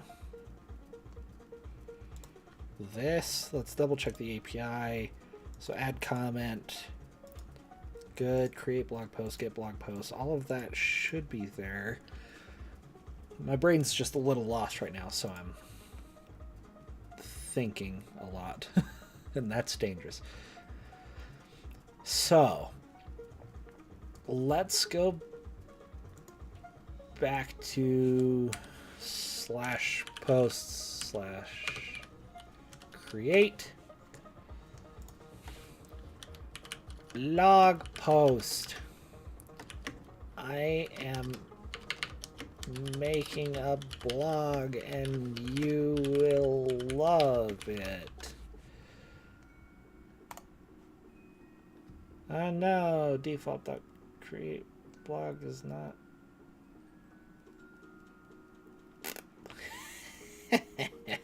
Idiot. Yep, that's me. Create blog post. I renamed it, but because VS Code was like freaking out before, it just completely broke. So just go ahead and save.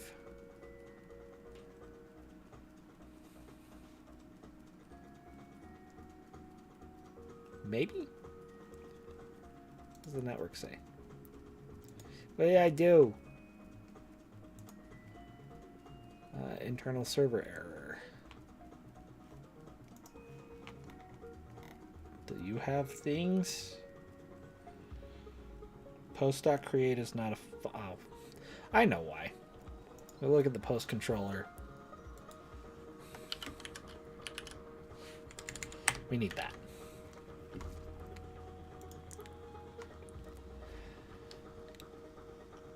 And we do it again. There we go. Blog post. I am making a blog and you will love it. No, I don't think I will love it. I think I will despise it and never use it. JK, it sounds like fun. Okay, that's broken still. So let's go look at this.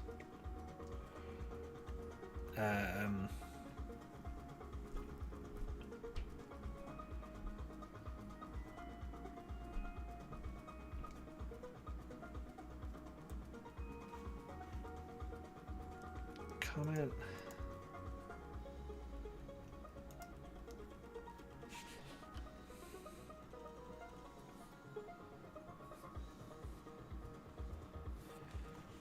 I guarantee if I refresh it, it'll work. I shouldn't have guaranteed that because it didn't work.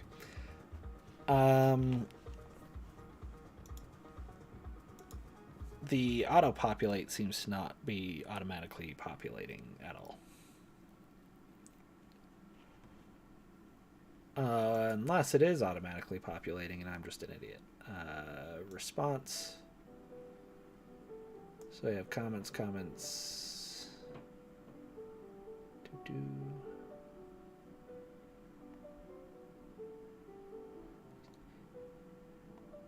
Oh wait, yeah, that's it right there. User is ID. That's not right.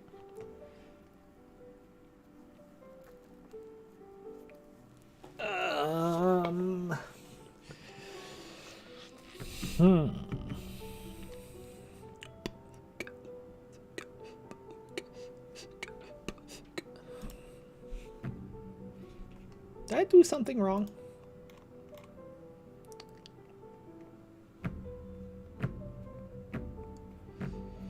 So that's working.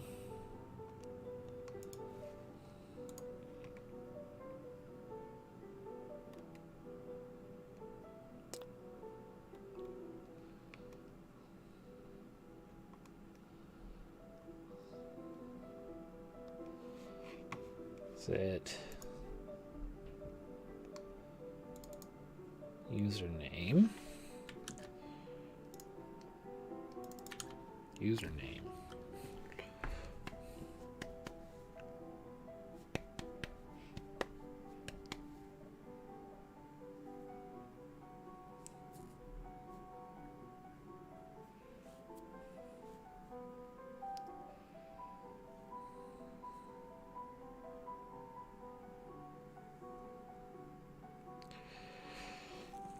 Huh.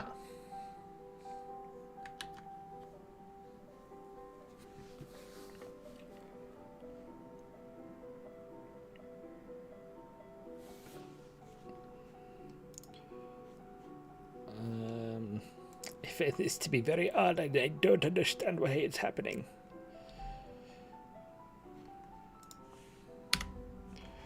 Okay, so it is logging comments. Let's expand this a little bit so I can take a look. So here's one comment. Yeah, it's just not populating.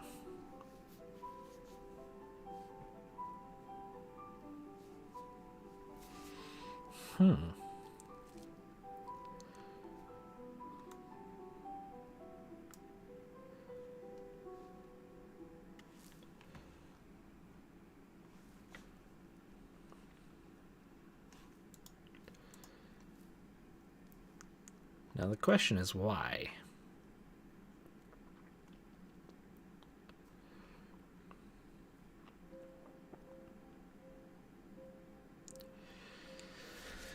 As we can see the user ID, It must be correct unless things are broken somewhere else. In fact, I can double check in here. If I look at users, yeah, 5FBC8C. Yep, 4B0E, 4B0. Yep, it's correct. It has username, has an email.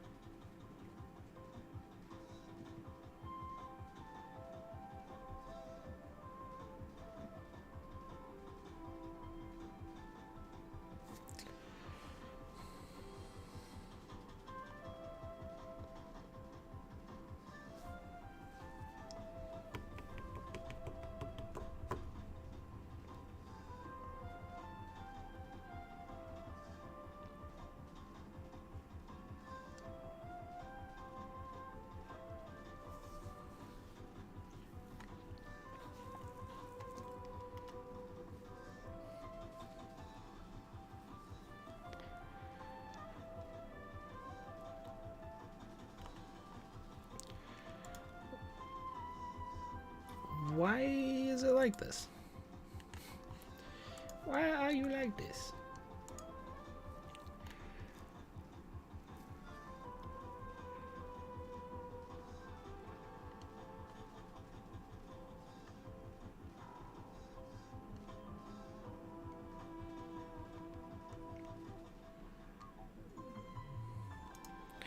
Do I need to put it on post or on comments as well?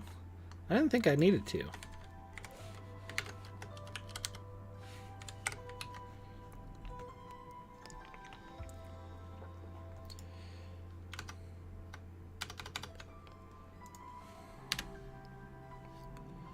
I did. Okay, that was just me being dumb. Sorry about the past 5 or so minutes. It does work. If we look, we should see that user is just an ID and a username, which is good. Now that you can really see, it's super small over there.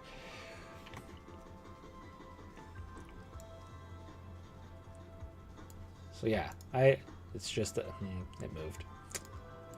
Oh well, it's there. Trust me. Trust me. Okay, so now that that's like that, let's move on to adding in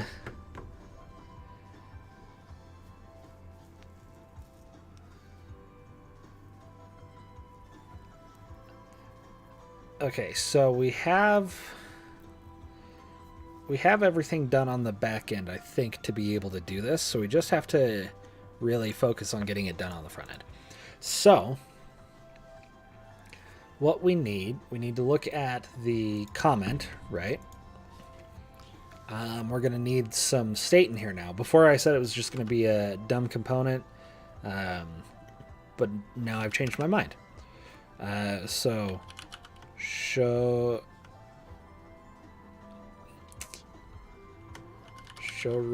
reply editor, set show reply editor, false to begin with. Then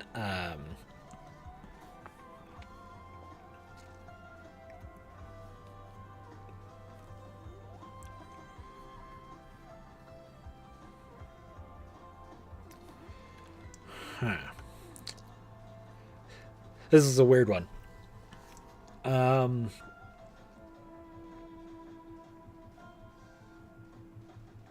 So what I'll do is under here, I'll just create a new replies.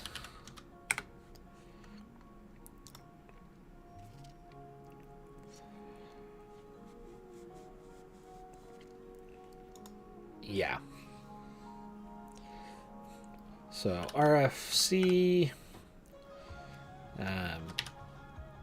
replies.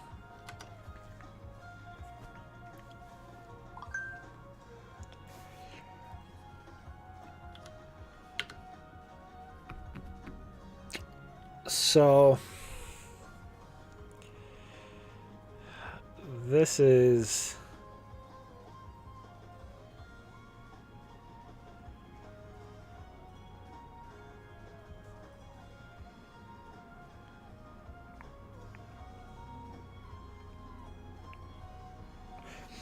going to be interesting.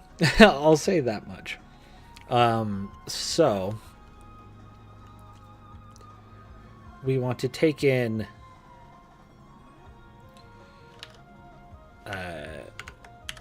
replies from our props, right?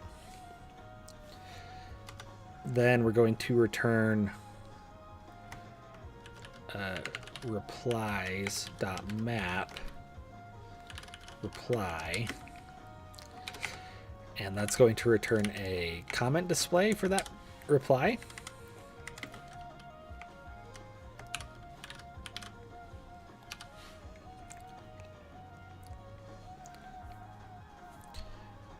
And of course we actually want this in a fragment.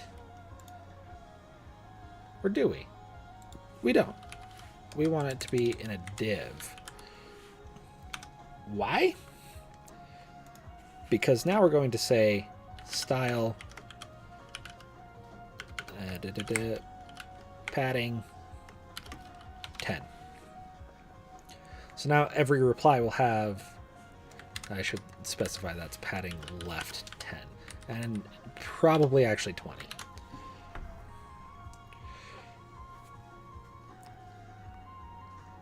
And we need to actually wrap this.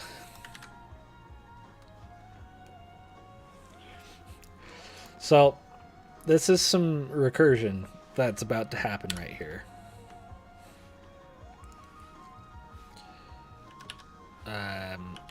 Replies equals comment dot comments. So same sort of deal that we were sort of seeing on the back end, where we're like constantly using the same thing over and over again, just passing it down this loop. We're doing the same sort of deal here.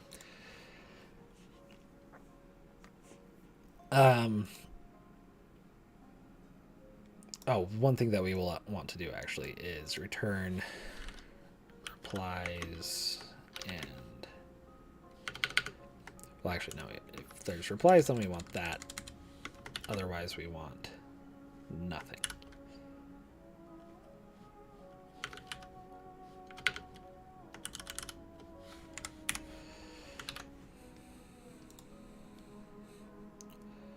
Okay.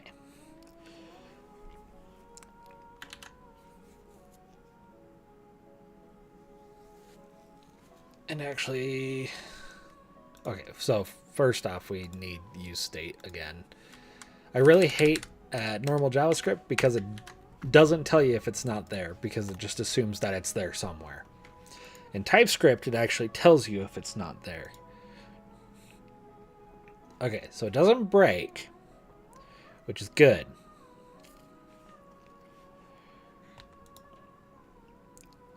And you know what? I think what I want to do, that's not a comma, border left, solid 1 pixel black.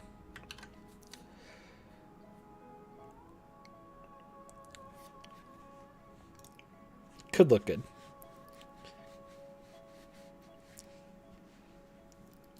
Okay.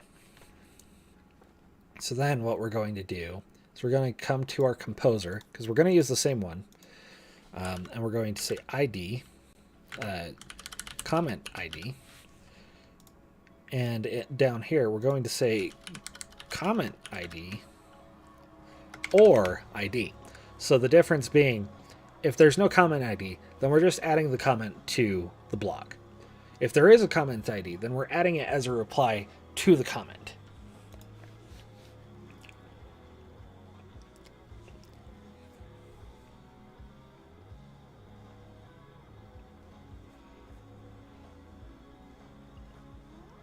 And what? Yeah, that's actually going to be a problem, because if you recall, oh, my cat's at the window and scratching at it.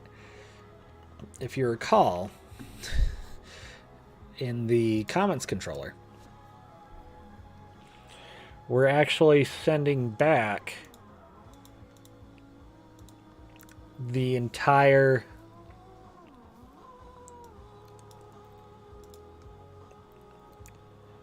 we're sending back post or comment, which isn't good. So what we're going to do back here instead is we're going to say res.send status. What is the one for? It's like 204 for created. Can't remember. So now when it does that, it's just going to tell the front end, hey, I did the thing. You should now update blog. And what we'll do is we'll throw this all in a try catch block.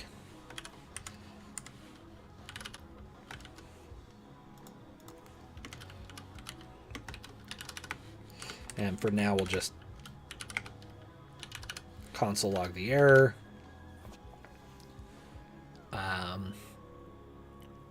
So when if it fails, then there's going to be some handling later. But for now, it's just going to console log what the failure was.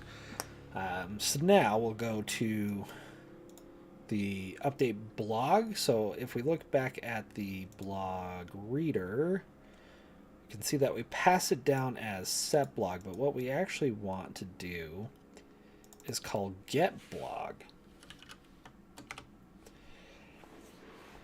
So the back end will be like, hey, I finished adding the comment to this blog. You're good to go ahead and do whatever else you need to do. On the front end, it says, oh, okay, I'm good. Then I'm just going to ask you for the newest version of the blog again. And functionally, it should remain the same.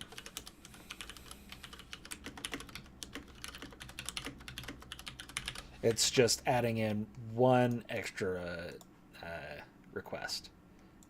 See? So, now that we're set on that, let's get back to where we were. So now we're going to come into here to comment. So we have show reply editor. We have replies.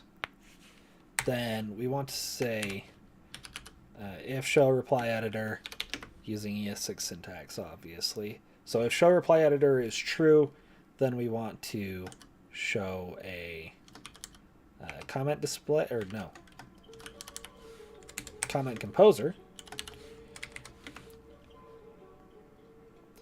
And in that comment composer, we're going to give it a comment ID, which is going to be comment.id.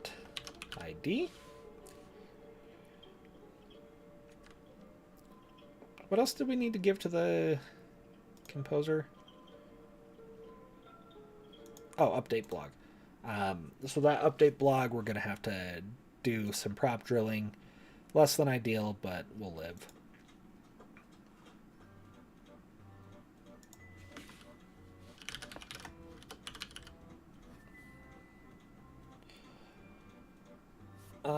No.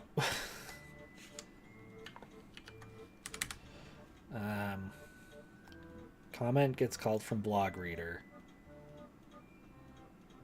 Comment composer. Okay, you also get update block.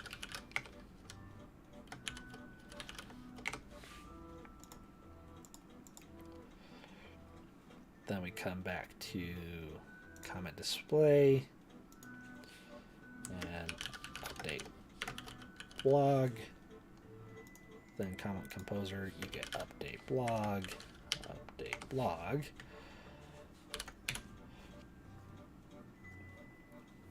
Okay, so there's that. Now we need a button below this that says reply. Then on click equals set show reply editor.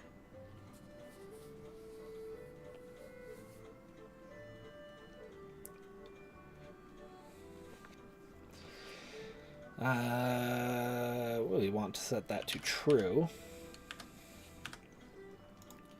Then what I'm going to do is in our comment composer, what did I do?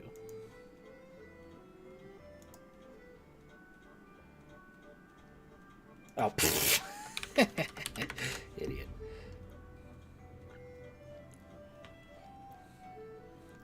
Okay, class name, because otherwise I'm going to be sad. So we want btn, btn primary, btn small.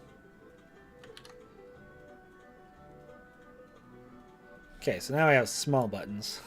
Small, very large. Okay. So now on click, we get a reply. So now what we'll do, you know, I'm going to add that button small to the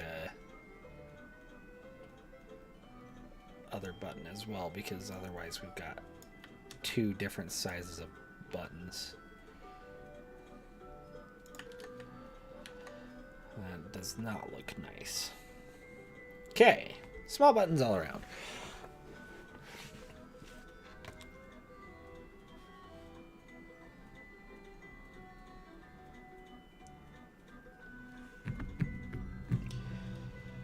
And, you know, I'm tired of 6 EM. I want 3 EM. It's way too big.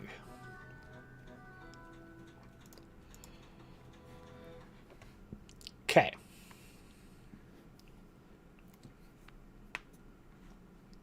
So I have that. Now, in this composer, what I'm going to do is say autofocus, so that when it appears on screen, it will automatically get our focus. We don't have to click reply and then click comment. It will automatically say that. But I only want that to be conditional. I don't want the comment thing to automatically load in for like the very top comment up here. So I'm going to do, say autofocus equals exclamation point, comment ID.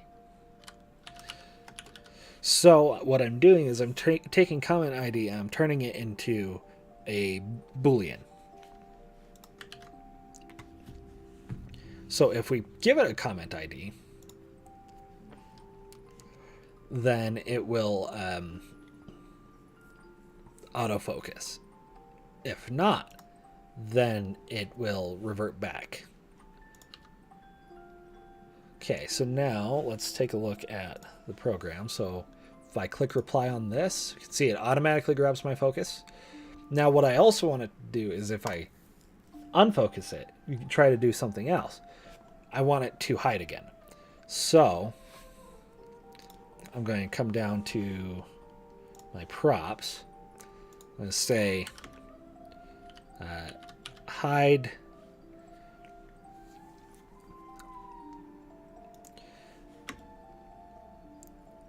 and then I'm going to come into here and say on blur. So on blur, it's going to run a function that's going to say, is there a comment ID? or no, not comment ID.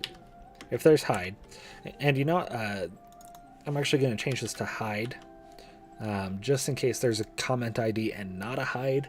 If I'm being dumb in the future, I don't want it to just absolutely break everything. So hide and hide. Okay, so there's that. Now if we go back up to comment, we are passing a comment ID, and now we want to pass it a hide, and that hide is going to be a function that says set show reply editor false. So now come back up here, refresh it, click reply, automatically focuses it. If I unfocus it, it goes away again. Woo! Great. So that's that. Let's check to see if we can actually reply. So this is a reply to your comment. What you said was kind of hurtful, but then you said JK, so it's all good now. Click comment. And therein lies the rub. I didn't think about this before, because why would I? Since when I click comment, it unfocuses the editor. It it breaks. It causes it to go bye-bye before it actually, submits the button. So what I'm going to do then is I'm going to say if hide and not comment. So if hide is there, there's no comment, then I want you to run hide. Otherwise, don't run hide. I'll come into my submit comment, and we'll wait until we get confirmation that the comment was added. Then we'll say hide and hide. So just checking if hide is there and then running it if it is. Let that refresh. Click reply. I said something before, but it was deleted. So what I said before, but not deleted. Click comment. And there we go. We have replies. It works. Let's see if we can go one layer deeper. This is one layer deeper. Comment. It's not there.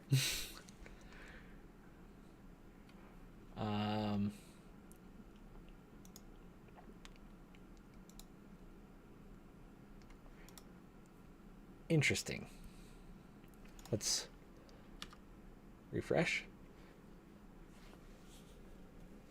Okay.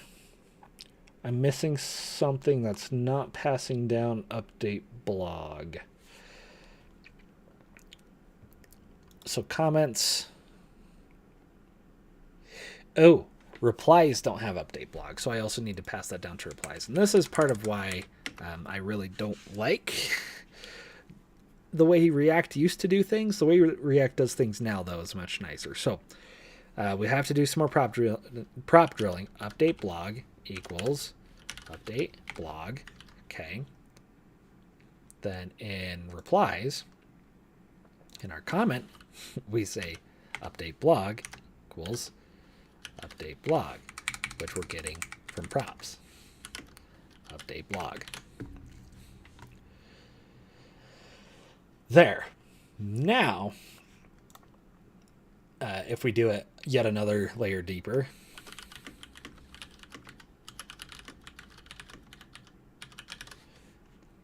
comment, we actually get it there. So we actually have a nice, robust comment system. It's technically infinitely expandable. We can reply to as many of these as we want. We may want to limit the depth of a reply, but we can worry about that later.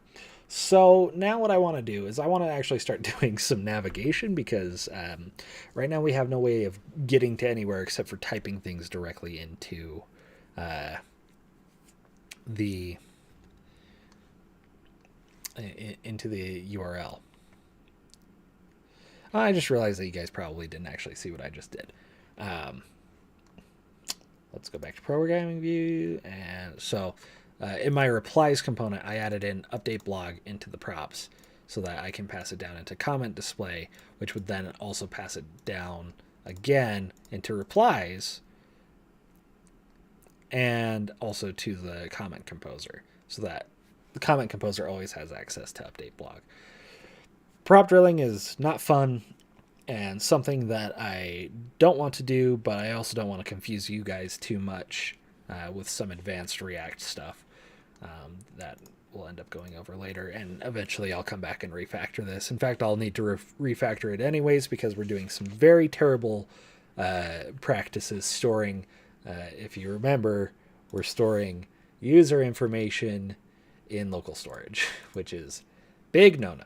Thankfully, there's nothing like crucial there. There is an email address, but that's, whatever.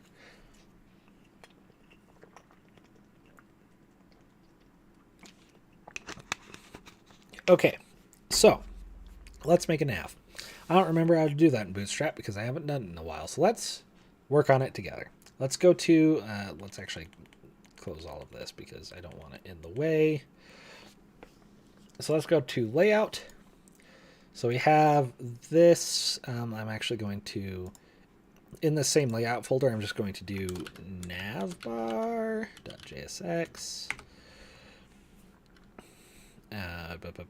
RFC, navbar. Don't need any props. So return div dot. I'm going to have to open up Bootstrap documentation so that I know what it is that I'm doing. Bootstrap 4.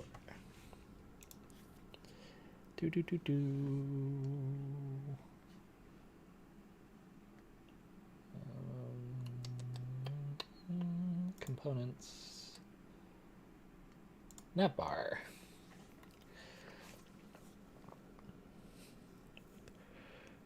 Okay.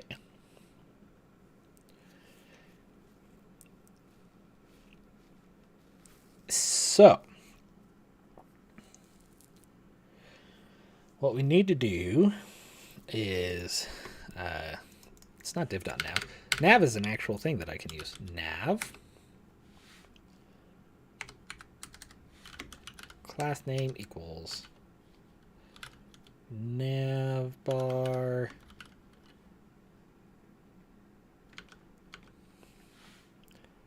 I'll just leave it at that.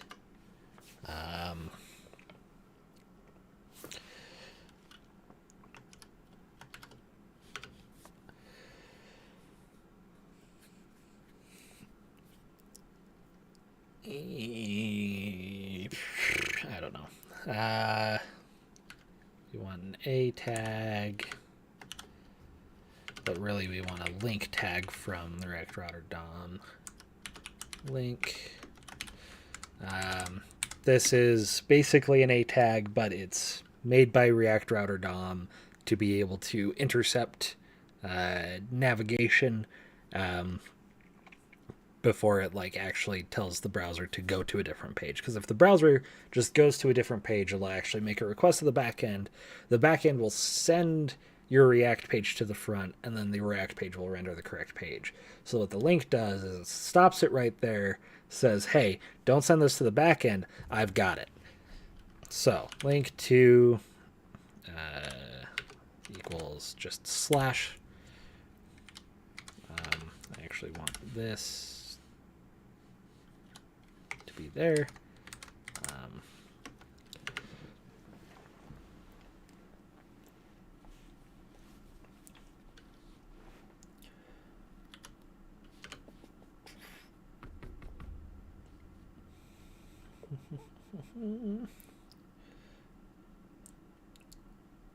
I want it to be, yeah, I want it to be an H1 in here that says, for now, we just have it say awesome blog. I think, oh, you're not even looking at this. I am a grand fool. Okay, so awesome blog. I'll just take us back to the home page. Then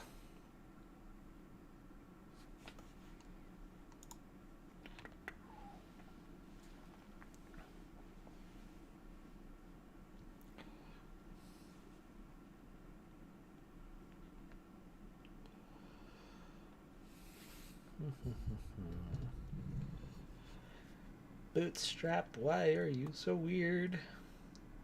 It's okay, but I think that you are weird. I do not like you very much, it seems. That's okay, because I don't hate you that much. I'm very confused.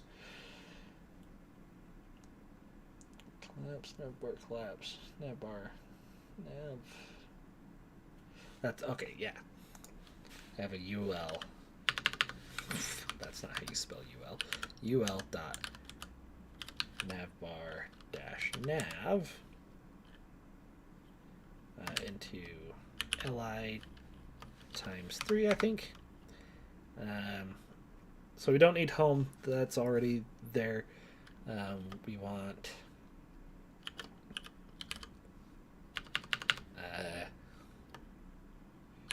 posts.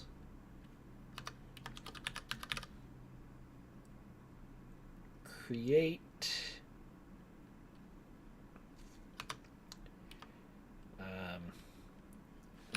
I guess user will be our third. Okay, save that, come back into here. And we'll just say nav bar. So now it should update up here. That looks like poopy. Because I forgot things. This has class name equals navbar brand.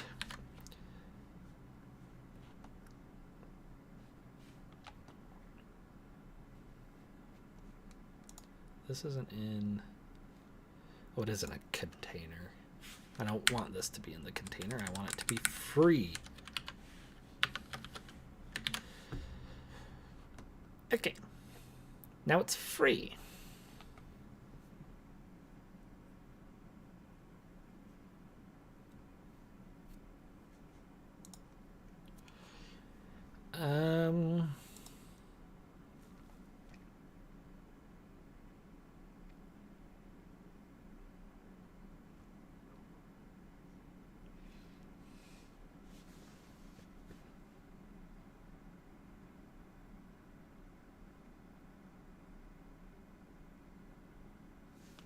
Oh, I forgot. That'll be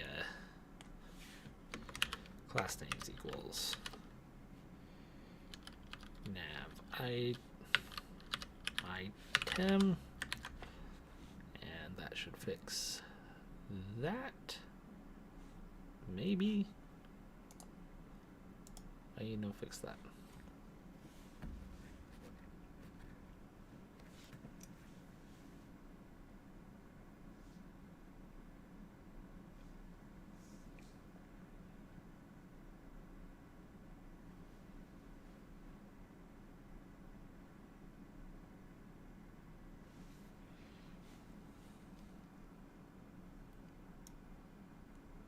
I think I needed another div. Class name equals navbar collapse.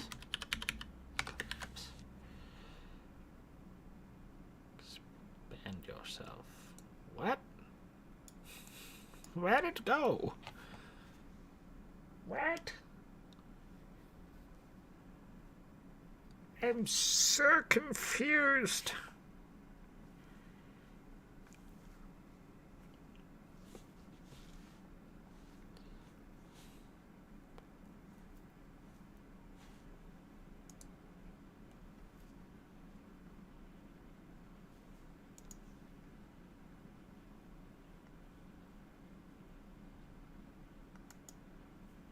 Am I missing something again?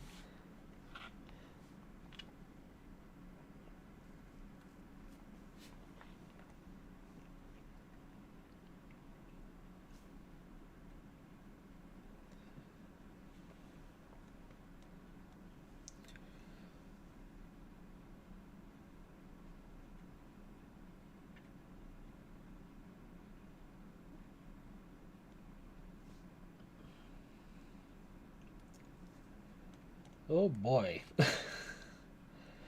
This has gone and made itself.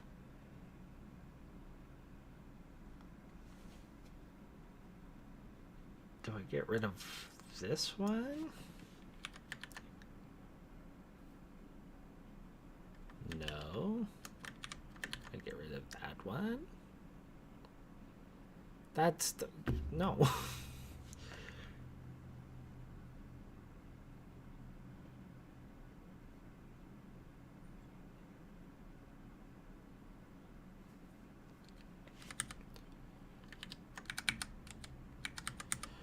I need the... I think I do, actually. Just say navbar expand, so it's always expanded. Yay! It looks like garbage again. What?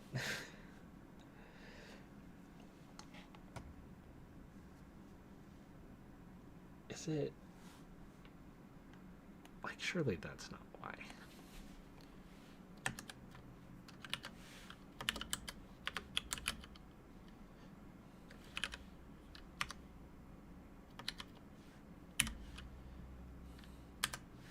Okay, so this one goes to /posts.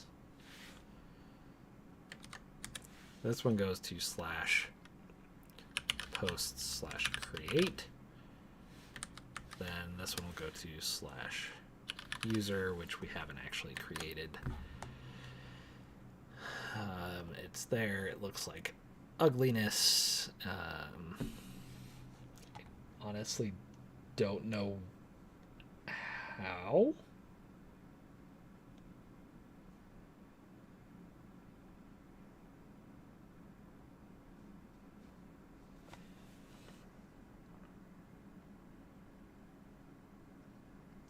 I'm looking so hard. What?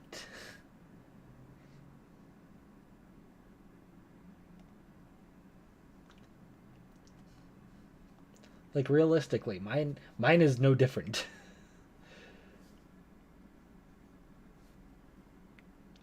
Like, it is obviously different from like their actual example, but like I don't understand like why.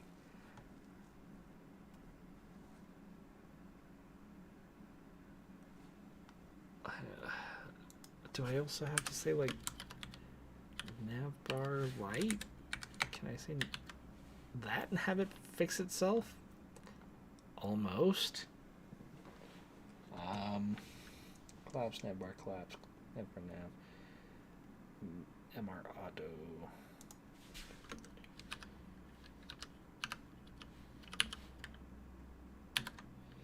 Mr. Auto.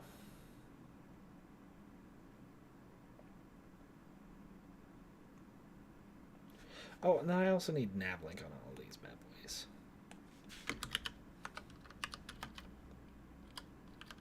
Nav-link. Okay, now it doesn't look like garbage. I still hate it. Turn down bar dark. Oh, not with a capital D.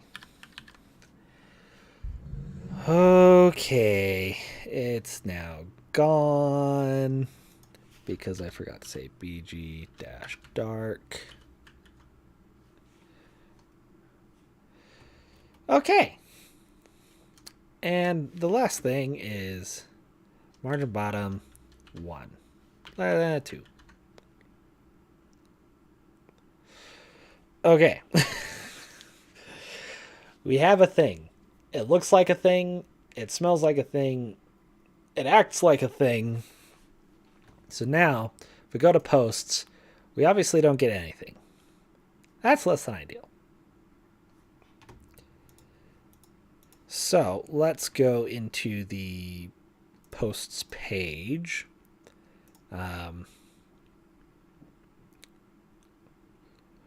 And maybe now I can. Okay, hold up. Why? We go look at layout to see if I'm missing something. Container fluid. Blah, blah, blah. Why am I looking at all this? I don't care. I care only about the grid. Row. Call. Call. Call. Row. Call. Call. Maybe just tell this one. Spread your wings. Maybe it's because I'm technically on a small screen. I think I was technically on a small screen. That's embarrassing. Well, that is really dumb.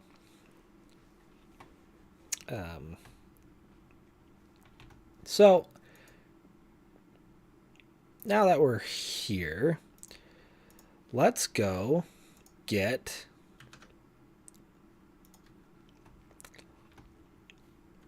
okay. So we want to find our post controller, get post, I'll find by ID, get page. So we have get page right now. And there's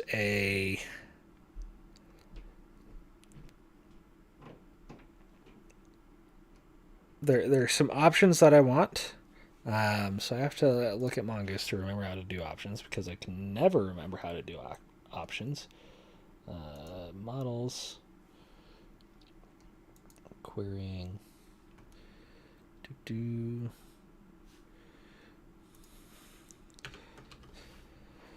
so it starts off callback, conditions,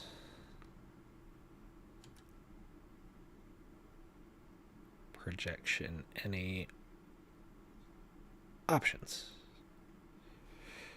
Okay, so no conditions, that's all fine. No projection. Options, we want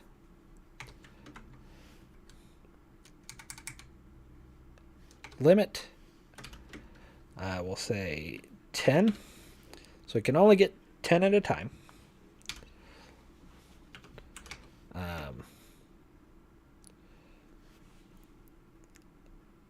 And skip. Okay, I also need to remember how to do queries, but first I really need to use the bathroom because I drank a lot of water. So I will be right back, and then we will continue where we left off.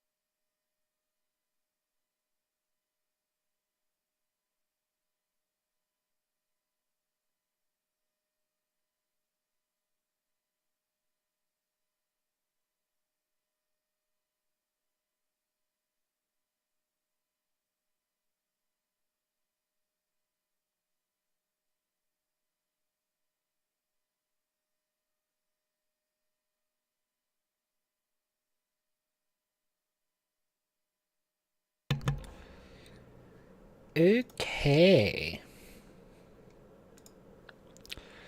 Let's get back to it. So, there is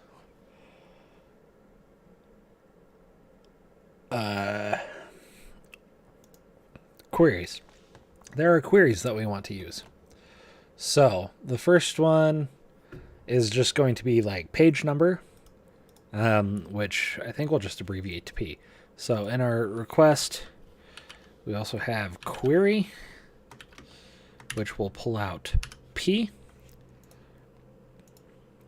So skip is going to be P minus. No, we'll have P equals 0. So P times 10. So what that'll do is it'll skip 10 if we're on page 1. It'll skip 20 if we're on page 2. Make sense? I hope so.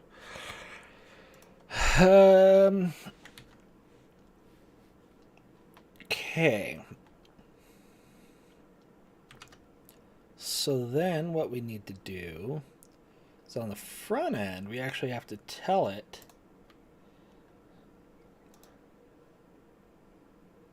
what we're skipping to. So let's go to pages.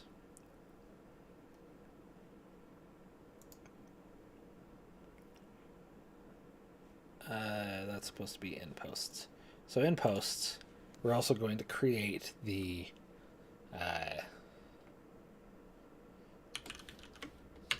post list.jsx.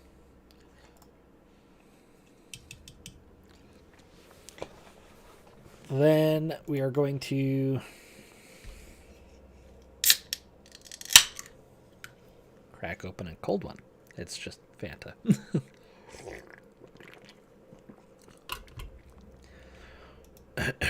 So post list.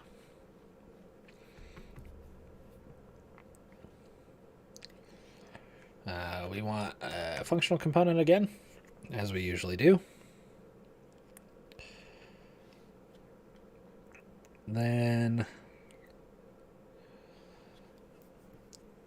let's see, post list. We don't need any props. And what we want is to return. So we'll actually need some state. Use state, posts, set posts.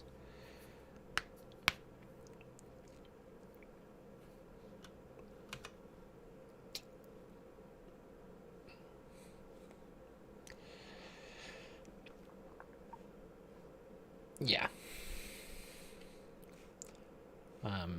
And one thing that I'm actually thinking about, we actually want to not auto-populate on this. So limit skip auto-populate false.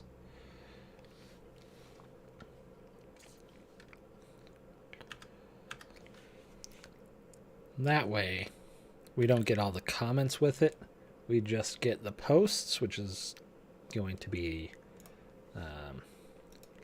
just the body, the title, and the user. We don't need the user. Yeah. It won't give us the user anyway. Okay, so then we return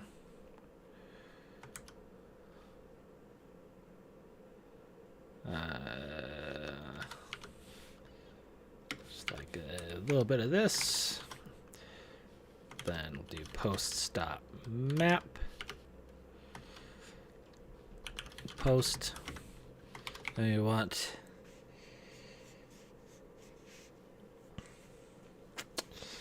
a lot of helper functions here. So let's go to, or helper components, not functions.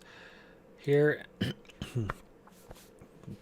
this first component is going to be the blog card. .jsx.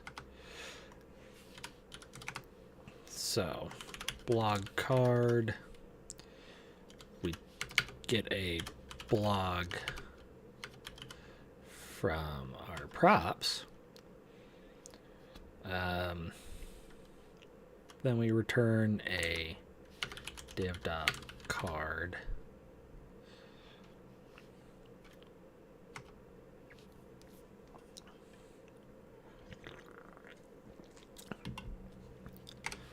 Then after that,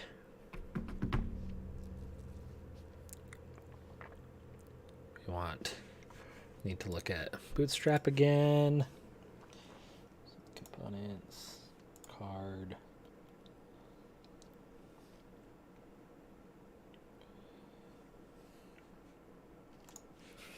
Div.card dash body. H5 card dash title.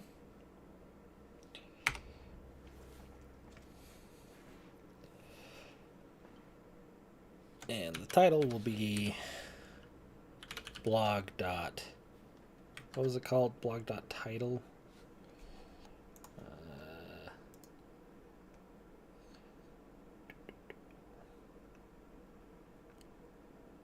Yeah, blog dot title. Then in here we'll actually, instead of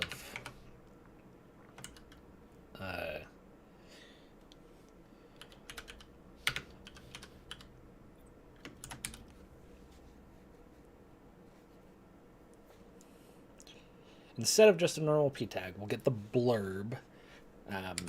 So we'll create a blurb component in just a minute, but we say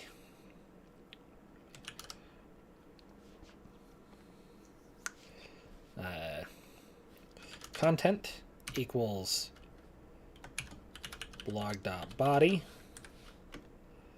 then length, and this will be length in characters,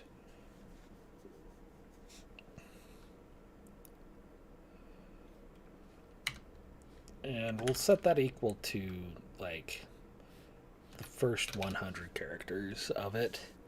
And we actually also want, so what I'm also going to create another component here because we're currently writing the same thing over and over again. This will be the date component. And if we just RFC date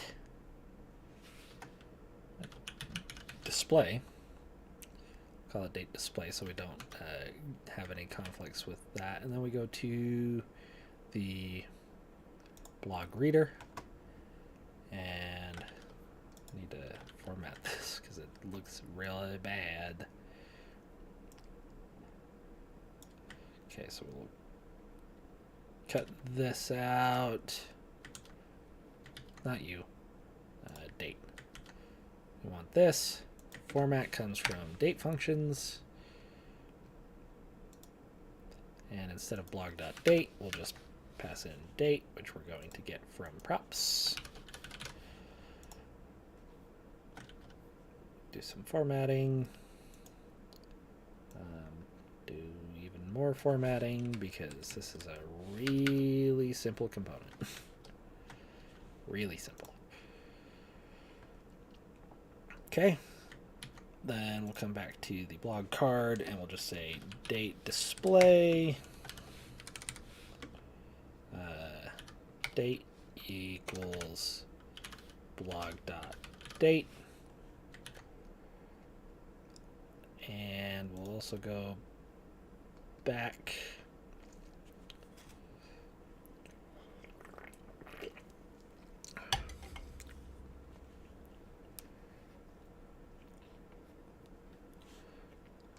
to the blog reader. That's where I was going. And we'll actually copy this line because it's the same.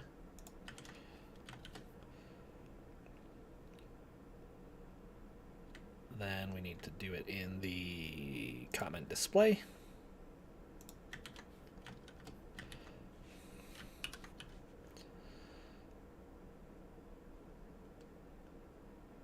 And, oh, that should be comment.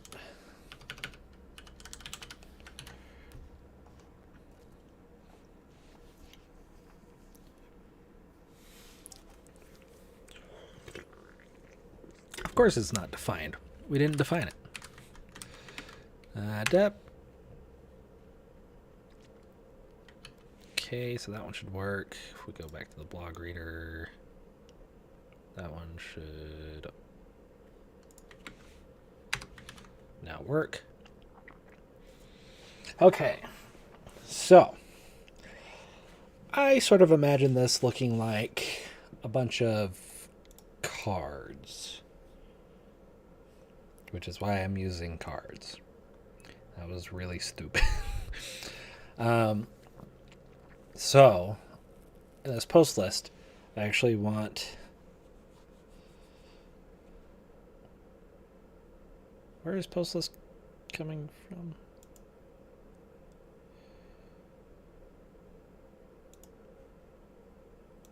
Right. Div.row, or class name equals row.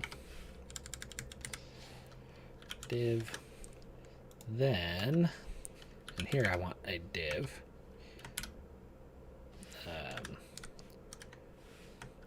Whose class name equals call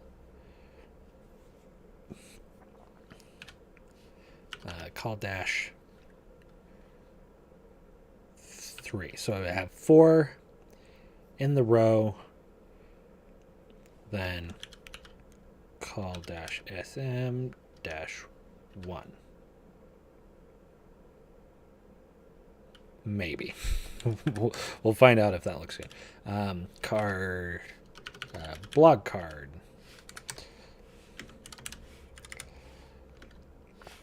And then we want the blog, which equals the post, which, whatever. Probably should actually rename it because it doesn't make any sense. Okay. So now we'll do fdef const get blogs equals that, but it's async.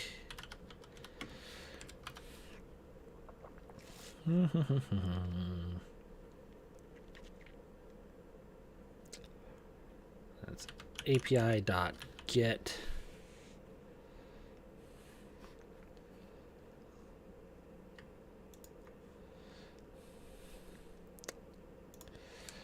okay, yeah, so then we want get all posts.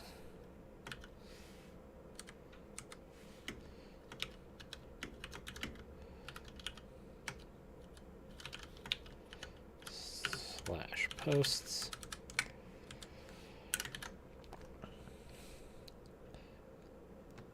Okay, and then in here we actually do const data equals API dot get all posts. That should be awaited. Then we say set posts to data. Ta-da! Then what we need to do is say use effect. If you don't remember, use effect is basically when this component shows up on the page, I want to run this. The array is I only want to run this once. If I had no array, it said I want to run every time this component gets updated. And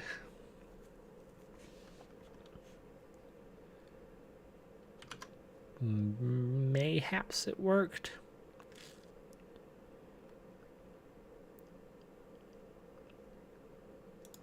Get any error messages back here?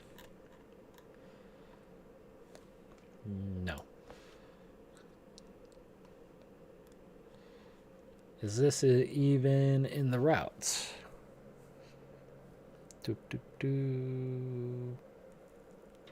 Post.js routes. Oh, of course. I need to actually provide it with a page, which was part of the entire thing that we were actually talking about. So we also want, in our post list, we want a page number.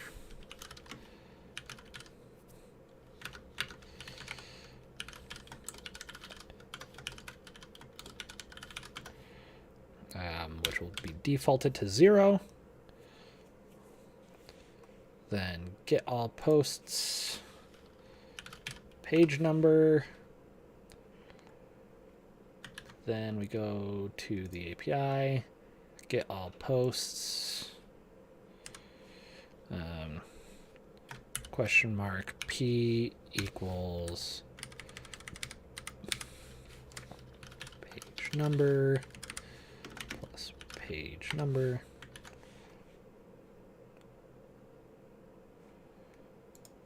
Okay. Now we'll just take a look at the back end, look at the post controller, get page.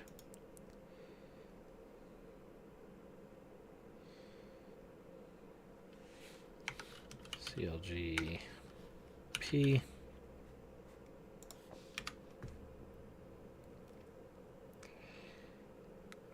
Okay. As far as I can tell, we're not hitting.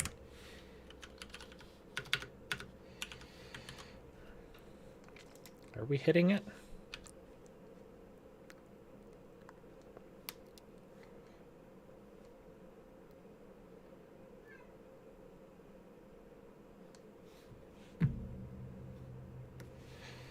And now the cat wants to be let into my room.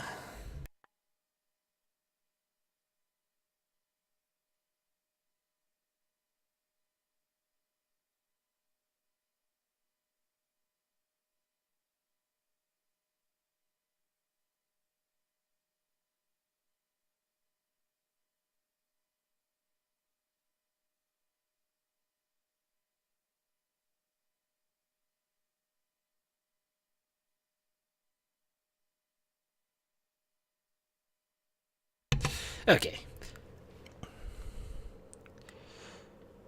So we're not getting hit. Why are we not getting hit? So yeah, slash posts. Stick this off to one side. Then we have the routes. Get post controller dot get page.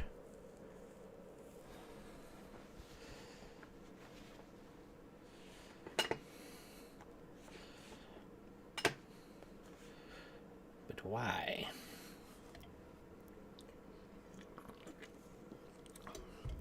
Why does it spit in the face of science?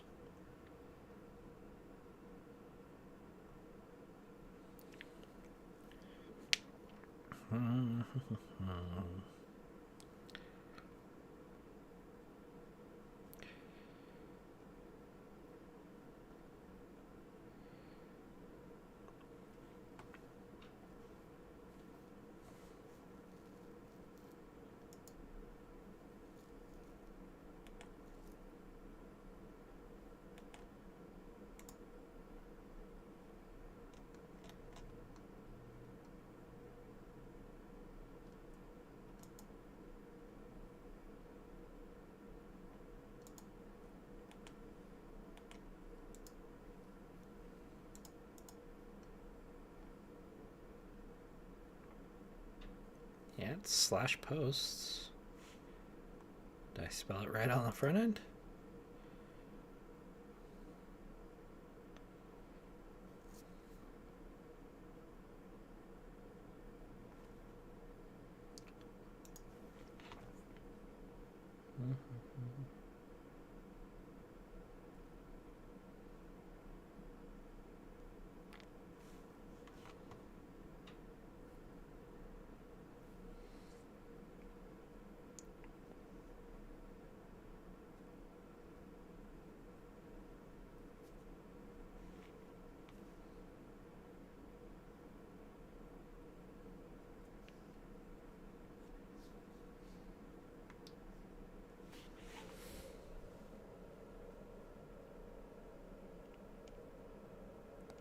Oh, I need query parser, don't I?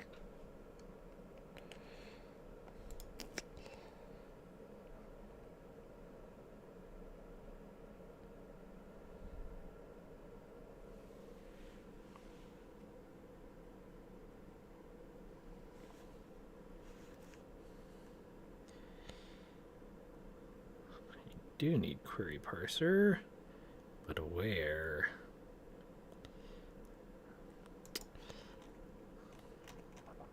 I mean, I think it's app.set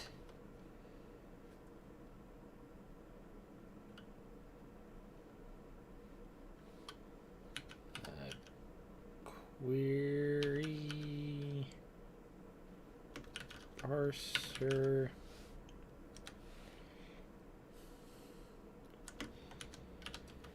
extended. Pretty sure. Refresh didn't do anything.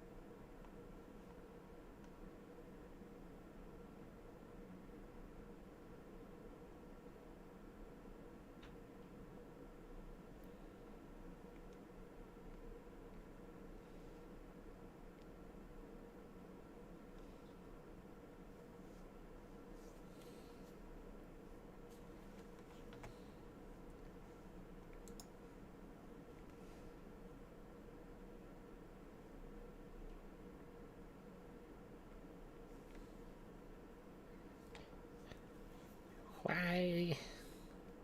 Why isn't it working?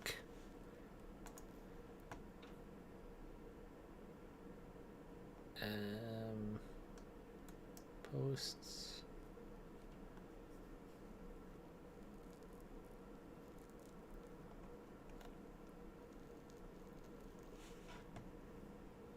The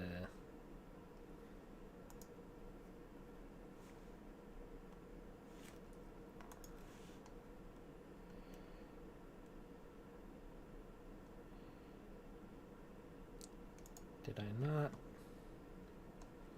Goes to P page number.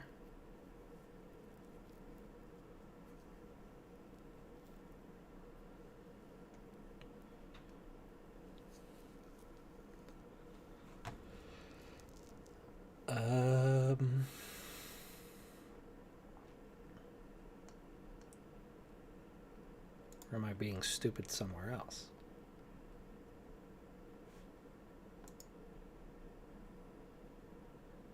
I think I'm being stupid somewhere else.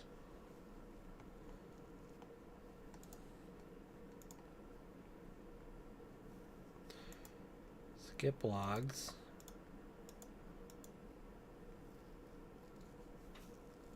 Runs once. Sets post to data. Is this even running? Oh no, of course.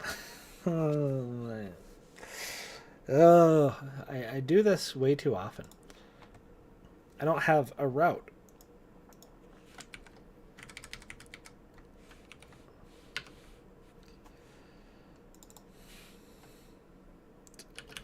Post list. Okay. So blurb is not defined because we didn't define it. Use state is not defined because for some reason I still keep forgetting to bring it in. Now we also need to come to components and create our blurb.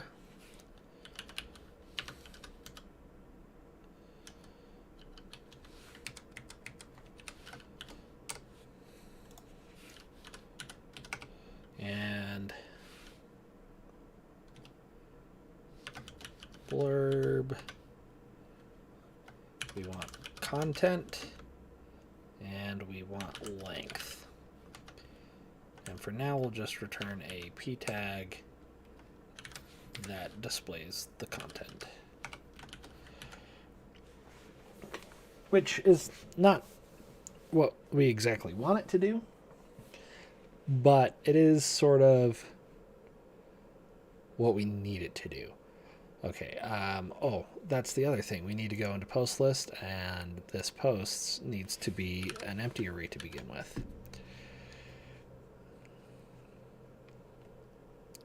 Okay. So now if we look at the back end, posts.toObject is not a function. Of course it's not, because why would it be? It's an array, not an object. Okay, and refresh. And you can't see it because the app is in the way. Where the heck did my thing go?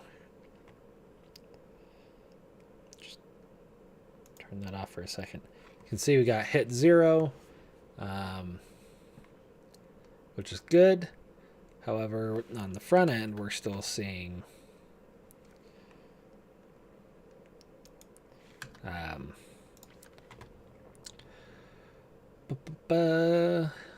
issues, and that's because blurb is not defined in here. Okay, so now, wow, that looks like garbage. Why?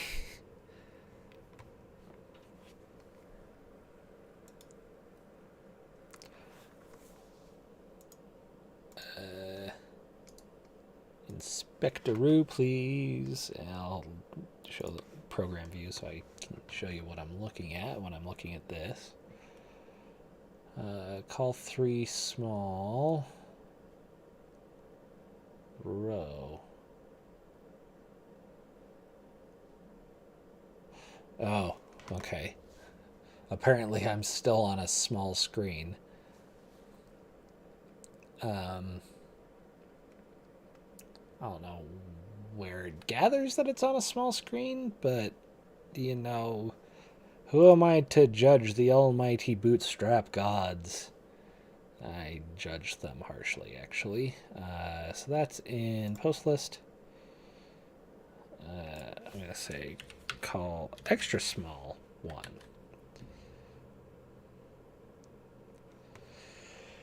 And there we go.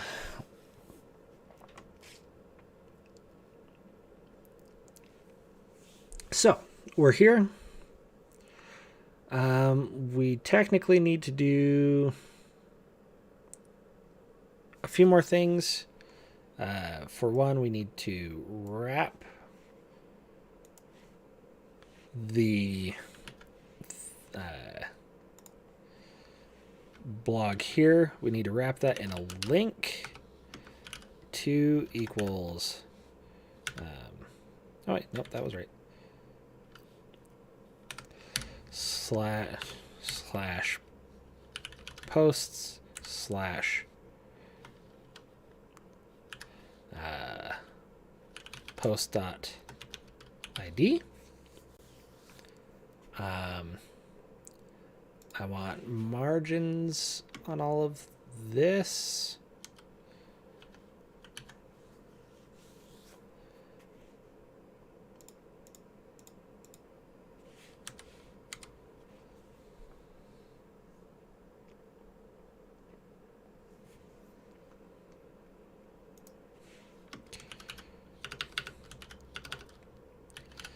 We'll do a bit of styling on this real quick.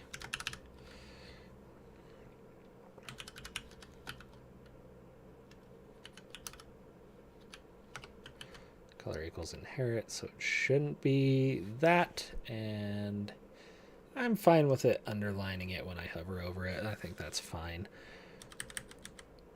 Okay, I didn't get any margin on that, and I think that's because I'm being stupid about it. I have to go to the blog card, say card, margin 1, or M-1. That's not enough. I say M-3. Perfect. And then in here, I'm actually going to change this to extra small as well.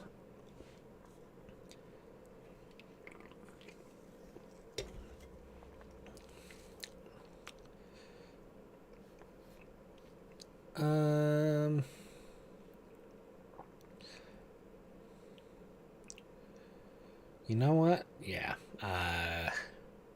We don't want the margin along the x-axis to be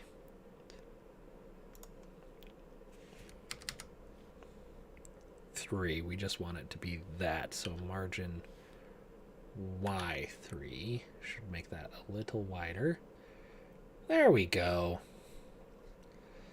There we go. And I don't know. I'm looking at it now, and with the size of the other one, I don't think we can do 3. I think we need to do 4. So, okay, post. Change this to 4. And yes, that looks much better. Now let's go to the blurb. And we want to do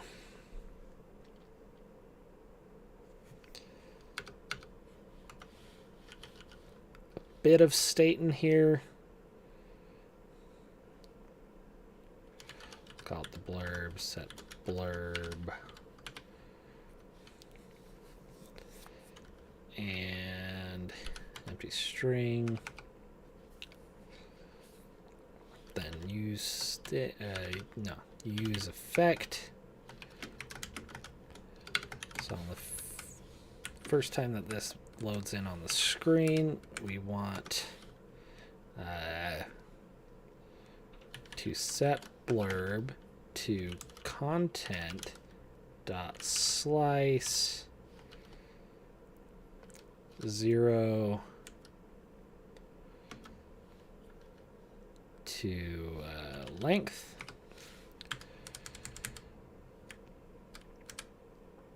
Then here we'll say blurb dot length is less than content dot length. If that is true, then we want to say blurb plus ...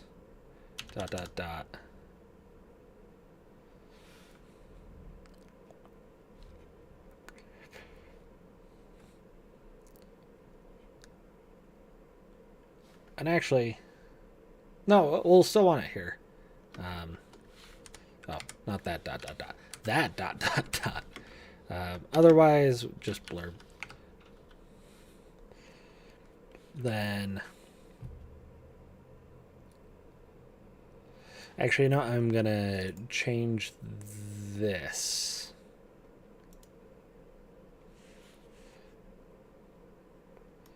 So get rid of up to there.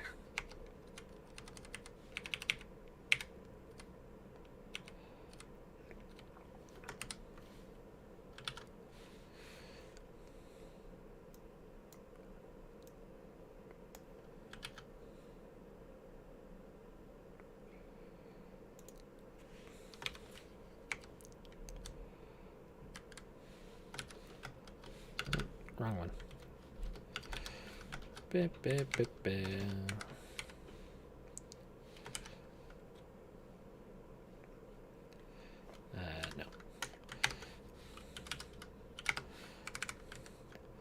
So I have that, then a small that says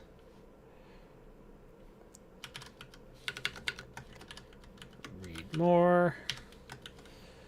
Okay, so what this will do is it will check to see if the blurb length is less than content.length. If it is, then that means that we've cut off some of the content. We need to have some ellipses to say, hey,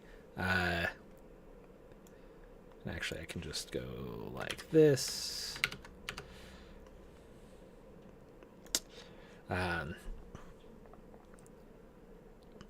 So hey, we cut it off. We need some ellipses to show that it was cut off, and something that says read more. And in fact, I'll even throw in a little stylized arrow. I could even wrap this in an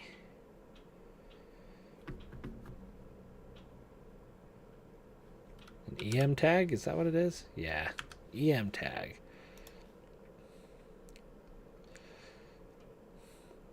That way it's small and it's emphasized, which is, not the ideal way. And of course, running into the same issue with use state.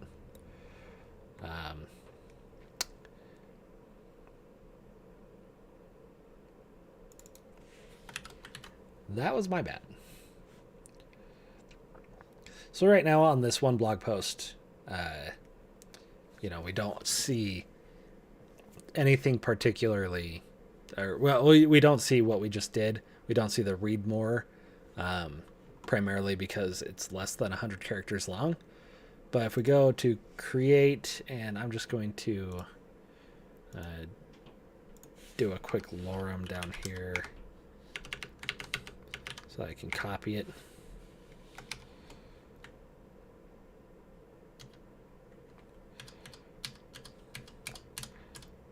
And that's more than 100 characters long, so we'll call it lorem.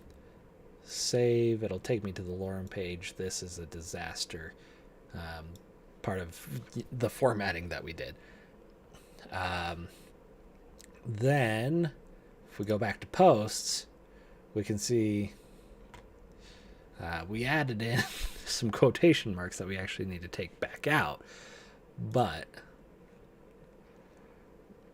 if we go back into the blurb,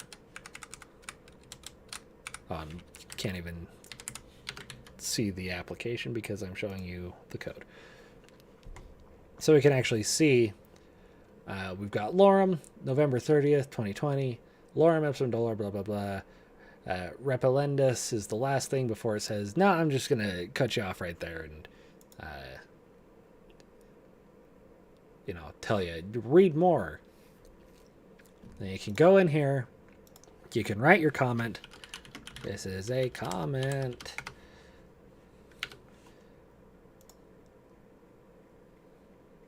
Then you can reply to a comment.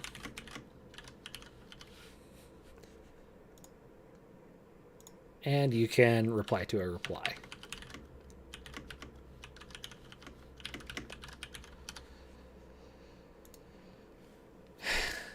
We did it. We actually got a lot of functionality in today. It was definitely a longer stream. Been here for, it is just about 3.5 hours, so it's not too bad. Once again, I'll try to put some timestamps on this so that if you wanted to go back over it, you could. I still haven't done that with the last video, though, or with the last stream, so I guess take my promise with a grain of salt, but I promise I will eventually add it just when I have time.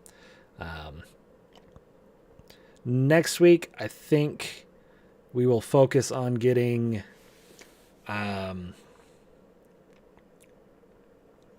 proper user authentication.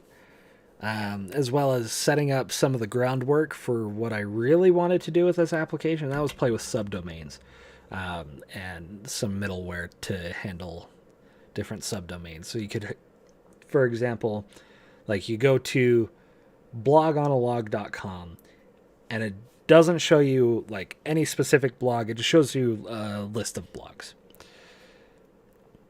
And you can then choose one of those blogs to go to.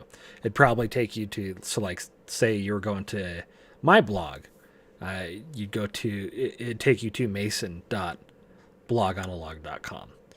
And under that subdomain, you'd only see Mason's blog. You wouldn't see any other blogs. It wouldn't see any links to any other blogs unless we decided to do that in like this recommended bar here. It would just show you all of my stuff that I've written. You'd be able to participate in the conversation. You'd only have to have one user account. You wouldn't have to create a user account for every different blog that you sign into. It's just the one user account that you create at blogonalog.com. And then you can also choose the name of your blog. You'd be able to choose the subdomain of your blog and all of this other stuff that is fairly easy to do on the back end. When it comes to deploying it, it might be a little more difficult. I personally haven't played around with it all that much, but I expect it shouldn't be that difficult deploying it because,